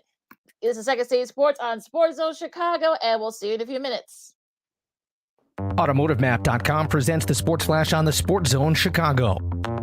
NBA tomorrow night, the Bulls back home. They'll host the Cavaliers. It'll be a 7 o'clock tip-off at United Center. Chicago snapped a 5-game losing skid with a 114-108 win at Detroit on Wednesday. The Bulls are 4th in the Eastern Conference, 3.5 games out of first behind the Sixers, Bucks, and the Heat. The Cavaliers have won 2 straight. They're 6th in the East, 5 games out of first. NHL Thursday, the Blackhawks fell 4-3 at Boston. Brandon Hagel had a pair of goals for Chicago. Alex DeBrincat with a goal and an assist. Kevin Lankinen made 32 saves. The Blackhawks at Ottawa tomorrow night. The LA Chargers have agreed to acquire defensive end Khalil Mack from the Bears in exchange for a pair of draft picks. The Chargers are expected to send a second-round pick this year and a 2023 sixth-round selection to the Bears for the 3-time All-Pro defender. For lightning fast sports updates, download the Score app. It's free and one of the most popular sports apps in North America. I'm Chuck Sanders. That's the Sports Flash on the Sports Zone Chicago. Okay, I don't know who needs to hear this, but if you're not shopping spring essentials at Kohl's, you're missing out. I just got 20% off the cutest outfit from Sonoma Goods for Life, 25% off Hurley, which my son loves, and 25% off Champion and Adidas. Did I mention I also got an extra 15% off and earned Kohl's cash? Here's to longer days and more time to save. Select styles, 15% offer ends March 20th. Hurley, Champion, Adidas, coupons do not apply. Some exclusions apply. See store or Kohl's.com for details. How do you make the most of your mow? Tony and Melissa do it on a John Deere Z530M Z-Track mower. Jump out of the house, a cup of coffee, and I'm at work. You're riding around, it's like going on a go-kart. And for Rodney, he uses his John Deere X350 lawn tractor to turn his yard into my happy place. It's a great place to do Tai Chi. I work on my mind, body, and well-being. There are millions of ways to make the most of your mow. Learn how to make the most of yours at Deere.com. Nothing runs like a Deere.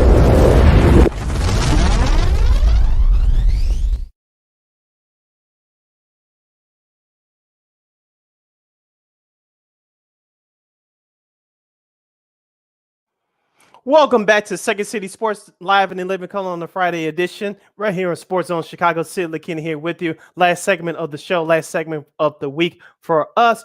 Just a reminder, we'll have a special edition of Second City Sports in our March Madness selection show. That'll be this coming Sunday at 6 p.m. Central Standard Time, right here on Sports Zone Chicago. Yours truly and Lakeena will be joined by Andy Mazer of WGN Radio in Chicago to help us break down the brackets.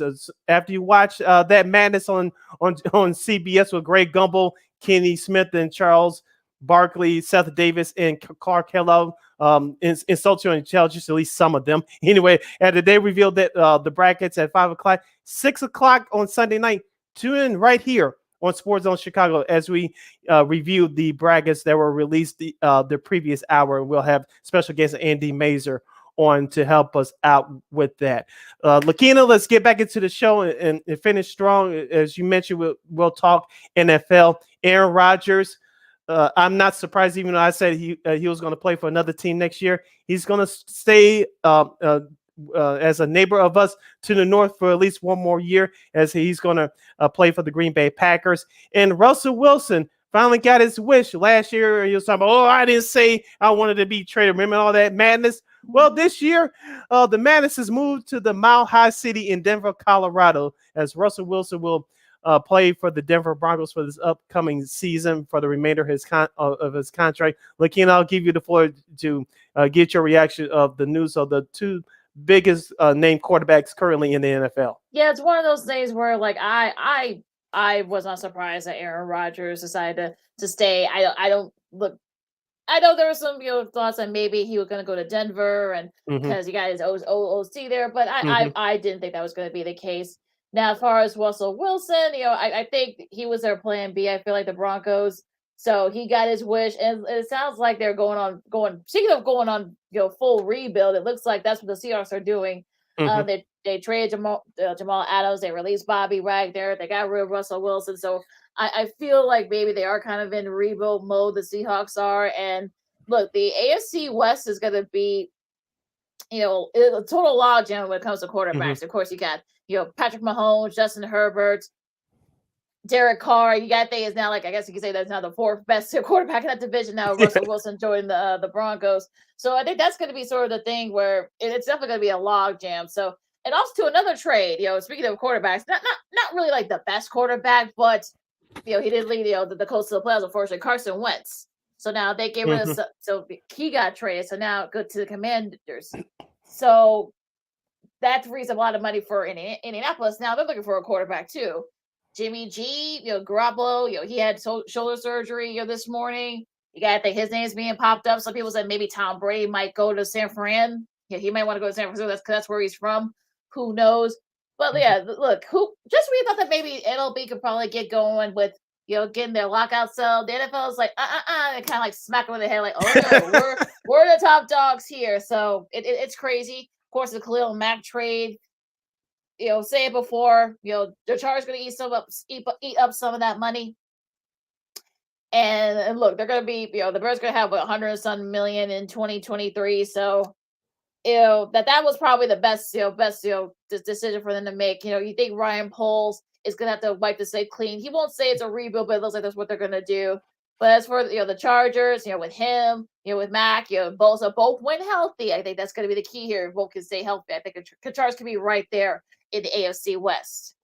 Now, as far as the Seahawks are concerned, Lakeena, they're on a full rebuild. We'll see what happens with Pete Carroll, their current head coach, going forward. Now, with Aaron Rodgers, as I said, I thought he was going to play for another team next season. That's not going to happen. I'm not surprised at this, given what we do on this side of the mic. But that team is going to look totally different. Now, does this mean that wide receiver Devontae Adams is coming back? We'll see. But their defense is going to look a whole lot different because remember, before even though free agency starts next week, the Green Bay Packers were $46 million in the hole in terms of the salary cap. And the Green Bay had a lot of work to do cutting players and maneuvering contracts and signing bonuses, things of that nature. So Green Bay still has a lot of work to do, but will that team be competitive? Yes, because Aaron Rodgers, when healthy, is the best quarterback in the league. But that team is going to look almost totally different next year. Now, as far as Denver is concerned with Russell Wilson, the AFC West is going to be competitive next year. You mentioned the Chargers and moves getting Khalil Mack. Justin Herbert is a quarterback star on the rise. And the Raiders made the playoffs last year. It looks like by default they're going to be the last ranked team in that division, and they made the playoffs last year. Kansas City is looking forward to getting back to the Super Bowl after falling short last year at home in the AFC title game. Of course, with Denver, they have a young defense. I know the rumor has it that Rob Miller may return, but Russell Wilson has some talent with that offense, with Jerry Jeudy as their star wide receiver. They still may bring running back Melvin Gordon back. That offensive line, it better stay healthy, because that was one of Russell Wilson's Achilles heels the last few years of his career in Seattle. So Denver still has a little bit of work to do, but I think they'll be competitive next year. And for you Broncos fans that are listening and watching us, prepare yourself to watch your team in a lot of primetime games next year. That's Thursday, Sunday night, and Monday night for sure, especially with these quarterback matchups just within the division alone. I don't have their opponents in front of me, but Denver's going to get a lot of primetime games next season. Yeah, they'll probably get a couple. And I feel like this is sort of one of those divisions where it's going to be like, make those moves. Will the Broncos make those moves to improve that O-line? Because that's, you're going to be right back where you started. If you're Russell Wilson, leaving Seattle, that was one of the big problems, was at the O-line issue. So hopefully they can get it together there. As far as home here with the Bears, Tariq Cohen, he's released. They might also release Danny Trevathan. That's what Brad Biggs said in the Tribune. Also, too, they may trade Eddie Goldman. They might trade Robert Quinn. Look, Ryan Poles was sounded non-committal when you asked about the team. There's not a lot of good players on here, and Jordan said it earlier in the show. So it's going to be one of those things where you're kind of like, the Bears are probably gonna suck this year. So just be prepared. So, and I think people who are hoping maybe the Bears could probably have to put the Band-Aid on and stuff like that. Look, I don't mind if they're doing a full-on rebuild. I should say. I'm not surprised. Yeah, this is what happens in any team, in any sport. When new people come in, they have their own people, they have new ideas, and so they're going to build it the way they see fit. And this Bears team needs a purge anyway. Do you like to see your team lose? No, but if they do it and build it the right way, you'll see the fruits of your labor at the end of the rainbow. Look, not going back to baseball, but look at what's happening with the Sox right now. You saw what happened with the Cubs in 2016 and when they won the World Series. Theo and Jed building it the right way, doing it in their own vision. So for the Bears, there was a lot of aging veterans with dead money on the books. You starting to see them; they're getting ready to go now. So, and some of them may be gone within the next year or so. They remain on the team for this upcoming season. But I want to ask you, Lakeena, as far as Eddie Goldman, because remember he sat out 2020 due to COVID concerns. He saw limited action this past season. He's very good when he's healthy. You saw it especially in 2018 and 2019 with Akeem Hicks. Both of them were anchors in stopping the run. The Bears were the top defense in the league in doing that. But right now, just observing Eddie Goldman, what are you going to get on the open market for him? You got a second rounder and a sixth rounder for Khalil Mack, who's been hurt the last couple of years. Would you? I don't know if you're going to get the same thing for Eddie Goldman. Realistically, what are you going to get for him? I think you might get a third, maybe. I was just thinking that this morning. That's probably all. You're not going to get a first round because he's having trouble staying healthy. You're not going to get a second rounder either. So you probably are going to get a third rounder, probably at the best. And both Jordan and Jackie said on the show today that look, they need draft capital, and some of those picks that they got, the second round and the sixth rounder, that's not for next year. That's not for this year coming up. It's for next year. So that you can probably build off that. So you can probably maybe try to get a pick for a couple early picks for the Bears have 2 second rounds now. Can they turn that into a first rounder? Get to maybe the top 15 or top 10, perhaps get an old lineman. I don't know, but it'll be interesting to see what Ryan Poles does, because do you get rid of your top, one of your top defensive guys, especially if you have a defensive minded coach? They say, Poles and Eberflus, they both seem to be they're kind of on the same page. So I feel like maybe that's probably excuse me, maybe that's probably going to be kind of the case where if he says, look, we may need to trade this guy, maybe they'll do just that. Yeah, we have a comment from our good friend Armando. With the money we freed up, Metcalf from Seattle. He wouldn't be a bad fit for the Bears. Right now, the only playmaker you have on the receiver position is Darnell Mooney. And I brought up just a trade proposal that if you see what's the value worth for Darnell Mooney. I know most people disagree with me. That's okay. But if he's starting a full rebuild, this is the things you have to do. Now, another player that we brought up the other day, I believe it was on our last show, Lakeena, was Amari Cooper. Would you even think about bringing him here in a Bears uniform? Well, I mean, as far as Metcalf and such, I mean, you really don't know what's going to be the ceiling for Justin Fields. You don't know who's going to be in front of him. You don't know who's going to be around him. So if you're Metcalf, if he does get released, to free up even more money, or if he gets traded, could the Bears perhaps maybe sneak in and say, hey, we'll give you 2 first-rounders for Metcalf. But if you're Metcalf, you want, look, I know you're still like 27, but you're going into your peak as a wide receiver. You're going to want to go someplace where you can probably win now. So I don't know if the Bears are not in win now mode yet. So there might be another year or two. But same thing with Amari Cooper. I know some Bears fans that said maybe perhaps try to get Cooper to come in. I mean, it's sort of one of those things where you're kind of like, okay, what's okay? What do you have? Do you think they get the Cowboys to agree to 2 second-rounders, maybe another like maybe a third-rounder to get Cooper back? I don't know, but it'll be interesting to see what they do here, because I think you got the new league year starting Monday. Things are gonna be coming back, fast and furious. I'm sure there's gonna be like non-tampering things that have already been happening. So I'm doing air quotes here, folks. You're cool gonna be listening to this on War Media, but yeah, it's gonna be very interesting to see what they do here for the Bears. Because the fans should be ready to stink next year, and we'll see what happens after that. You're listening to Second City Sports, the Friday edition. We're live in living color right here on Sports Zone Chicago. Sid, Lakeena here with you, wrapping up today's show. Lakeena, we still have a little bit more time left. Yeah, we're gonna do all this. We're gonna do some rapid fire, sis. Let's get to the NBA and the Bulls. With the Bulls, let's start with the Bulls first. They ended their losing streak the other night in Detroit, only winning by 6. They host Cleveland tomorrow night. Do you see this Bulls team trending upwards, or do you see still more problems ahead?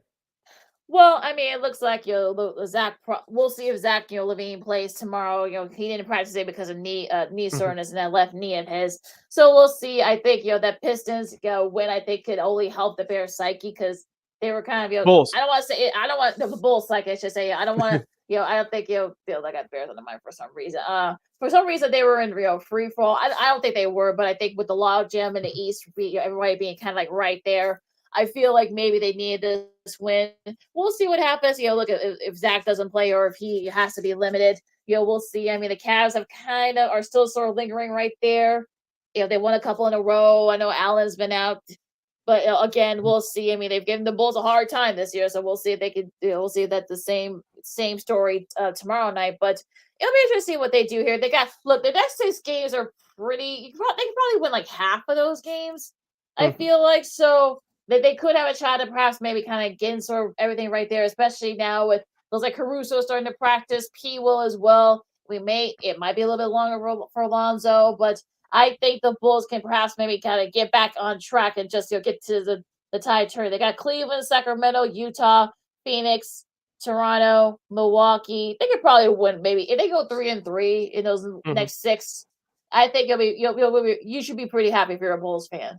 I agree with you on that. You still have a couple winnable games in that schedule you just mentioned, and hopefully, I think what Jackie was trying to tell us in our last half hour that when Lonzo Ball gets back and hopefully Caruso is on track to get back, this is the value of this Bulls team. We're really going to find out the true value of this Bulls team, as we saw early in the year, Lakeena.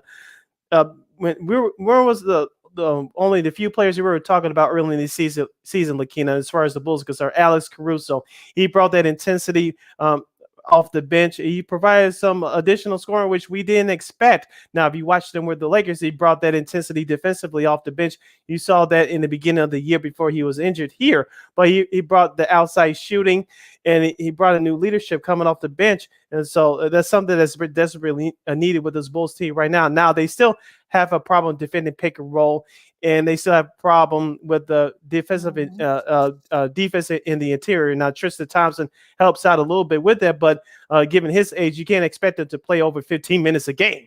Yeah, he's like 30. He's like 32 now, so you're not gonna be able to have him play like a lot of minutes. So you can't just do it. His legs won't allow him to, especially him being like 6'11". So that's not gonna work. But look, like I said, the Bulls should be able to go 3-3. Perhaps stay right there. There should be around the time when Caruso and Williams and perhaps maybe Ball comes back if it's just limited. So it'll be interesting to see what happens there. Now going to the rest of the NBA. Real quick, Brooklyn just hammered Philadelphia 129-100 last night. Durant had 25 to lead the way for the Nets. And look, I mean, the inconsistency of it will be, and the key is actually going to be too, with Kyrie, with all some of the mandates. If they end up playing Toronto in the first round, should they get past the play-in, he's not going to be able to play because the Canada, their mandates are very strict. So yeah. So you wonder, like, will there be some type of maneuvering and such? Will Kyrie, get the vaccine so he'll be able to play because he didn't win the playoffs and such? But going back towards the game last night, he had 22. Seth Curry had 24, and in there. So did you get? Because you can't. Can you really make any synopsis with this game? Because Ben Simmons didn't play, and Harden struggled. Had 11 points. Embiid had 27. But they really didn't have much contributions from anybody else. So they just, Brooklyn just jumped on the Sixers early and didn't look back. Yeah, the second quarter was the difference in the game, in my opinion. The Brooklyn Nets were hot, especially shooting from 3-point range, especially in that first half, 11-18. And that momentum carried into the second half. Like you mentioned, Philly had no chance. So the Nets, hot shooting was a major difference in the game last night. And so I think Philadelphia is going to be fine, but Brooklyn needed that game more because they're trying to get out of this play-in tournament scenario as they try to get guys back from the injury list. One more game to review, Lakeena, before we get to our key games for this weekend in the NBA.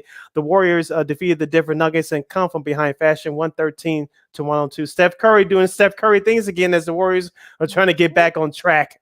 They lost at the Lakers last Saturday night in prime time, but they had a big win in Denver last night on the road. Yeah, and he got hot in the second half because they did more down like 12 or something like that at halftime. So, I think Steph got hot, and I think they really needed that win because they kind of had struggled a little bit lately. So, for the Warriors, you need to keep pace with Phoenix. Congrats to Phoenix for being the first team to clinch a playoff berth in the league. But I think they really needed that win. Steph having 34, looked really good after the game. So again, we'll just kind of get the tide turning. Can they challenge the Suns for the number 1 seed? We'll get to them in a second. They're still hanging on, so they got a lot of work to do still. The Mets, the Warriors, I should say, but it should be interesting what happens with them. All right, going into our talking about some of the big matchups in the NBA this weekend. You have the Clippers and Atlanta. The Clippers have kind of been up and down lately, so we'll see if they can get back on track in Atlanta. Jason Tatum, we'll see if he can keep up that scoring streak as Boston hosts Detroit. That should be a fun one. Cleveland plays Miami at 7:00, so that should be a good one. Dallas beats Dallas as meaning Houston. Houston pulls out the big upset against the Lakers. We'll get to them in a second. I think that's the third time the Rockets beat the Lakers this year. I think you're right. I think maybe the second or the third time. I'm not quite sure. But the first game of the NBA TV doubleheader. Remember, there's no NBA on ESPN because of March Madness going on. Excuse me. First game of doubleheader. New York and Memphis at 7:00. Julius Randle versus John Morant. That should be a fun one down there in Memphis. Yeah, picking up tonight's schedule, the Hornets at the Pelicans at 7:00. The Hornets still trying to remain in the play-in tournament in the Eastern Conference. At 7:30, Utah will travel to San Antonio to take on the Spurs. At 8:00, Toronto will travel to Phoenix to take on the Suns. Devin Booker's back. He returned the other night into the lineup after coming out the health and safety protocol list. And at 9:30 p.m. tonight, the NBA TV second game of that doubleheader, the Wizards will travel to Los Angeles to take on the Lakers. In that first game tonight, Lakeena, look out now, but The Minnesota Timberwolves are 38-29. They're trying to Yeah. move up slowly in that Western Conference standings. They'll travel to Orlando to take on the Magic tonight. That's at 6. That should be a fun. We'll see in Minnesota. Speaking of Minnesota, going to tomorrow's game, this should be an interesting one here. They got Miami, and Miami is still playing very well. So Karl Anthony Towns versus Jimmy Butler. That should be a fun one at 7:00. Of course, the Cavs against the Bulls. Back to back for Cleveland. Yeah, so we'll see how they look. Maybe the Bulls can take advantage of that, that them having to travel. ABC, the game of the night on Saturday nights, Milwaukee and Golden State. Could this be an NBA Finals preview? We'll see. That's at 7:30 on ABC. And wrapping up the Saturday night schedule, Toronto and Denver at 8:00. The Sacramento Kings will travel to Utah to take on the Jazz at 8:00. And at 9:00 will be the Washington Wizards traveling to the Rose City to take on the Portland Trailblazers. Yeah, tongue twister. Yeah, it is. It really is. It really is. Now go ahead. No, you go ahead. Yeah, going to Sunday's schedule. ABC doubleheader will start off at high noon with the Brooklyn Nets taking on the New York Knicks without Kyrie Irving. Followed by the Dallas Mavericks traveling to Boston to take on the Celtics at 2:30. That's going to be the better of the two games. Luka Doncic versus Jason Tatum. Remember what Jason Tatum did last week, dropping a 50-piece on the Brooklyn Nets. Oh, yeah. That should be a fun one there. Who's going to score more? What's the parlays, Eric? I think you guys probably should bet on this game. Yes, yes. Bet responsibly. Yeah, of course. The ESPN game after the brackets and everything else, after you watch our show, our bracket breakdowns. At 8:00, you got the Lakers and Phoenix. That's the ESPN game at 8. The Lakers, you heard James Worthy's comments, earlier this week, and everybody's just, there's really nothing you can say about the Lakers at this point. I don't know. And then Russell Westbrook and all the drama going on there behind the scenes, with his wife. His wife getting heckled. It's just terrible. Let me say something about the Russell Westbrook situation. Now, fans are going to talk trash and say things to rally you. That's one thing. But if you're going to say mean things like racially or really offensive to a member of someone's family or to that person, or you think to that person indirectly or directly, you really have no soul.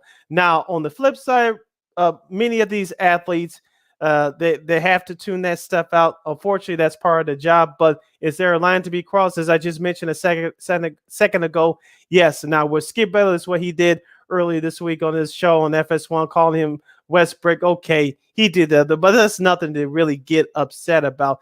If anything, I know it's easier said than done, but for Russell Westbrook, you can use that as motivation inside. Just don't pay any attention to it, because the more you give credence to it, the more people are going to do it. What we're seeing right now is Russell Westbrook wasn't given his proper role as far as what he needed to do for this Lakers team this year, and that's the bottom line. Now we're starting to see Russell Westbrook going to the other side of his career. He's 33 years old. He's not the man anymore. And how many times we said it on this program, Lakeena, that he wasn't the right fit for this Lakers team. They actually had to trade in place for Buddy Hield from Sacramento. Yep. And they actually had DeMar DeRozan in their back pocket, and they chose not to get either one of them. Yeah, and I think that's sort of thing. And also, I would say just play better.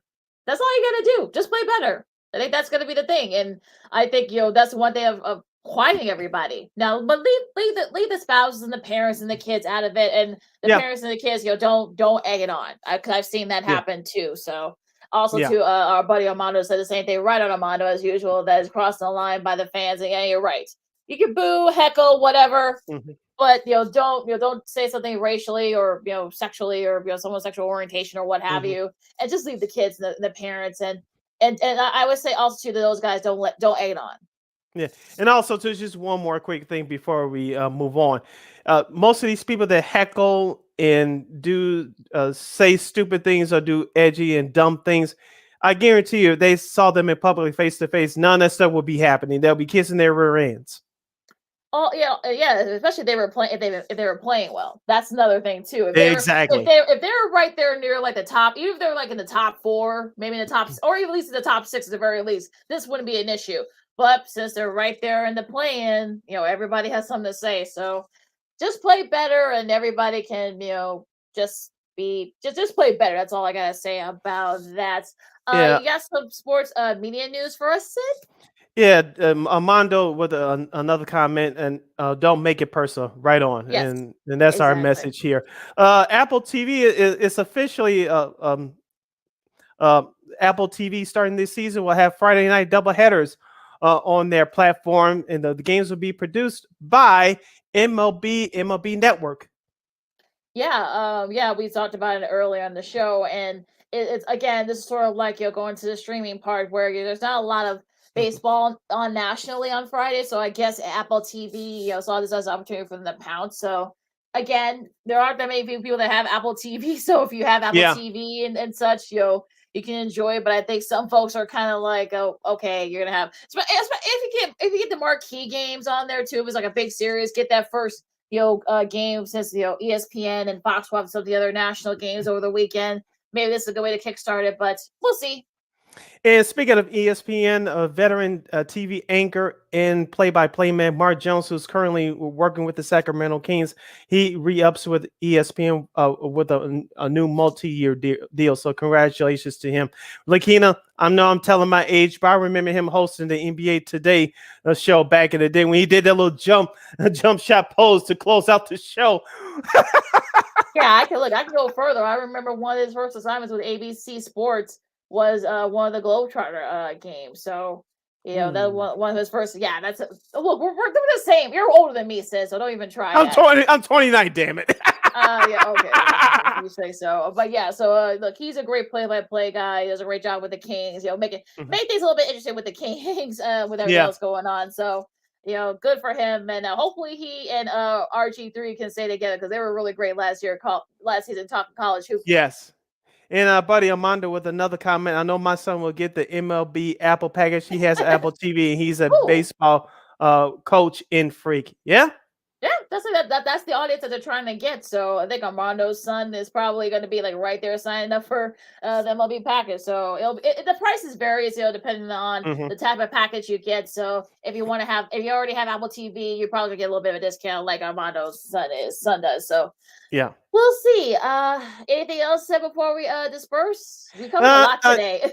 Yeah, we have done a lot today. We'd like to thank Jordan Bernfield from WGN Radio and ESPN TV for joining us to give us his thoughts about March Madness. Of course, CBS 2 Sports, Chicago Sports, Weekend Sports anchor Jackie Kostek. She hopped on with us earlier this hour. We'd like to thank both of them one and all. Even though the Illini is still lost today in heartbreaking fashion, I'm still looking forward to this weekend's tournament. Of course, we're going to get prepared to give you our March Madness selection show on Sunday right here on Sports Zone Chicago. This Sunday at 6 p.m. After you watch the CBS show at 5 p.m., flip over to us right here on Sports Zone Chicago, Sunday at 6 p.m. Myself, Lakeena McGee, and a very special guest, Andy Mazer from WGN Radio Chicago will help break down the brackets, and we'll ask Andy, does he think that Illinois and/or Loyola have a chance to go deep in the tournament?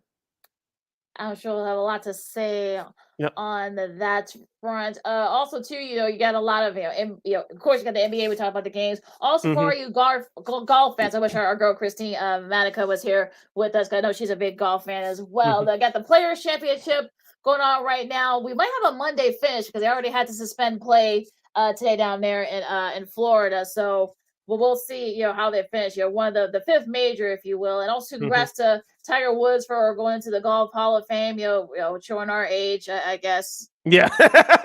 Jeez. Yeah. So congrats to him and the other Hall of Famers, Tim Mitchell, the former commissioner for the PGA Tour, and all the rest of the the rest of the Hall of Fame inductees. Yes, so congratulations to them one and all. Lakeena, we're up against it. Great job today. It's been a busy show, but as the old saying goes, time flies by fast when you're having fun, and we definitely had fun today. As we said before, we'd like to thank Jordan Bernfield and Jackie Kostek both for joining us here today on the program. You can follow me. Absolutely. Two great people. I'm sure we'll definitely have both of them back on soon. You can follow me at Keena McGee on the Twitter and at Keena_McGee on the IG. You can follow yours truly, Sydney Brown, on the Twitter and the IG at SidKid80. Once again, it's SidKid80. That's SIDKID80. SIDKID80. Make sure you follow Sports Zone Chicago on all social media platforms: Facebook, Twitter, Instagram, and YouTube. Don't forget to download that Sports Zone Chicago app wherever you get your apps. And if you want to subscribe to our podcast, make sure you subscribe to our podcast at War on Anchor. We are available on all podcast platforms, including that iHeartRadio app. And make sure you follow War Media at WAR Media on Facebook, Twitter, Instagram, and YouTube. Thank you very much in advance for your support. Like, share, subscribe, and tell your friends. And don't forget to tune in for a special edition of Second City Sports this Sunday at 6 p.m. Central Standard Time, right here on Sports Zone Chicago for our March Madness bracket breakdown / selection show. We'll get the name of it, but you know what we're going to do with very special guest, Mr. Andy Mazer from WGN Radio in Chicago. One more again, as the kids would say. Special edition of Second City Sports this Sunday. After you watch the selection show on CBS, flip it over to Sports Zone Chicago on the Sports Zone Chicago app, or Sports Zone Chicago on Facebook, or Sports Zone Chicago on YouTube. This Sunday at 6 p.m. Central Standard Time, right here on Sports Zone Chicago. Special edition of Second City Sports as we talk college basketball and March Madness with our own selection show. Well, yeah, don't take our picks at face value, too. So, all right, enjoy the games, everybody. For Sid, I'm Lakeena. If you're not going to get vaccinated, you'll at least wear a mask, wash your hands, and be good to each other. This has been Second City Sports on Sports Zone Chicago, and we'll see you Sunday. Baseball's back. Holla!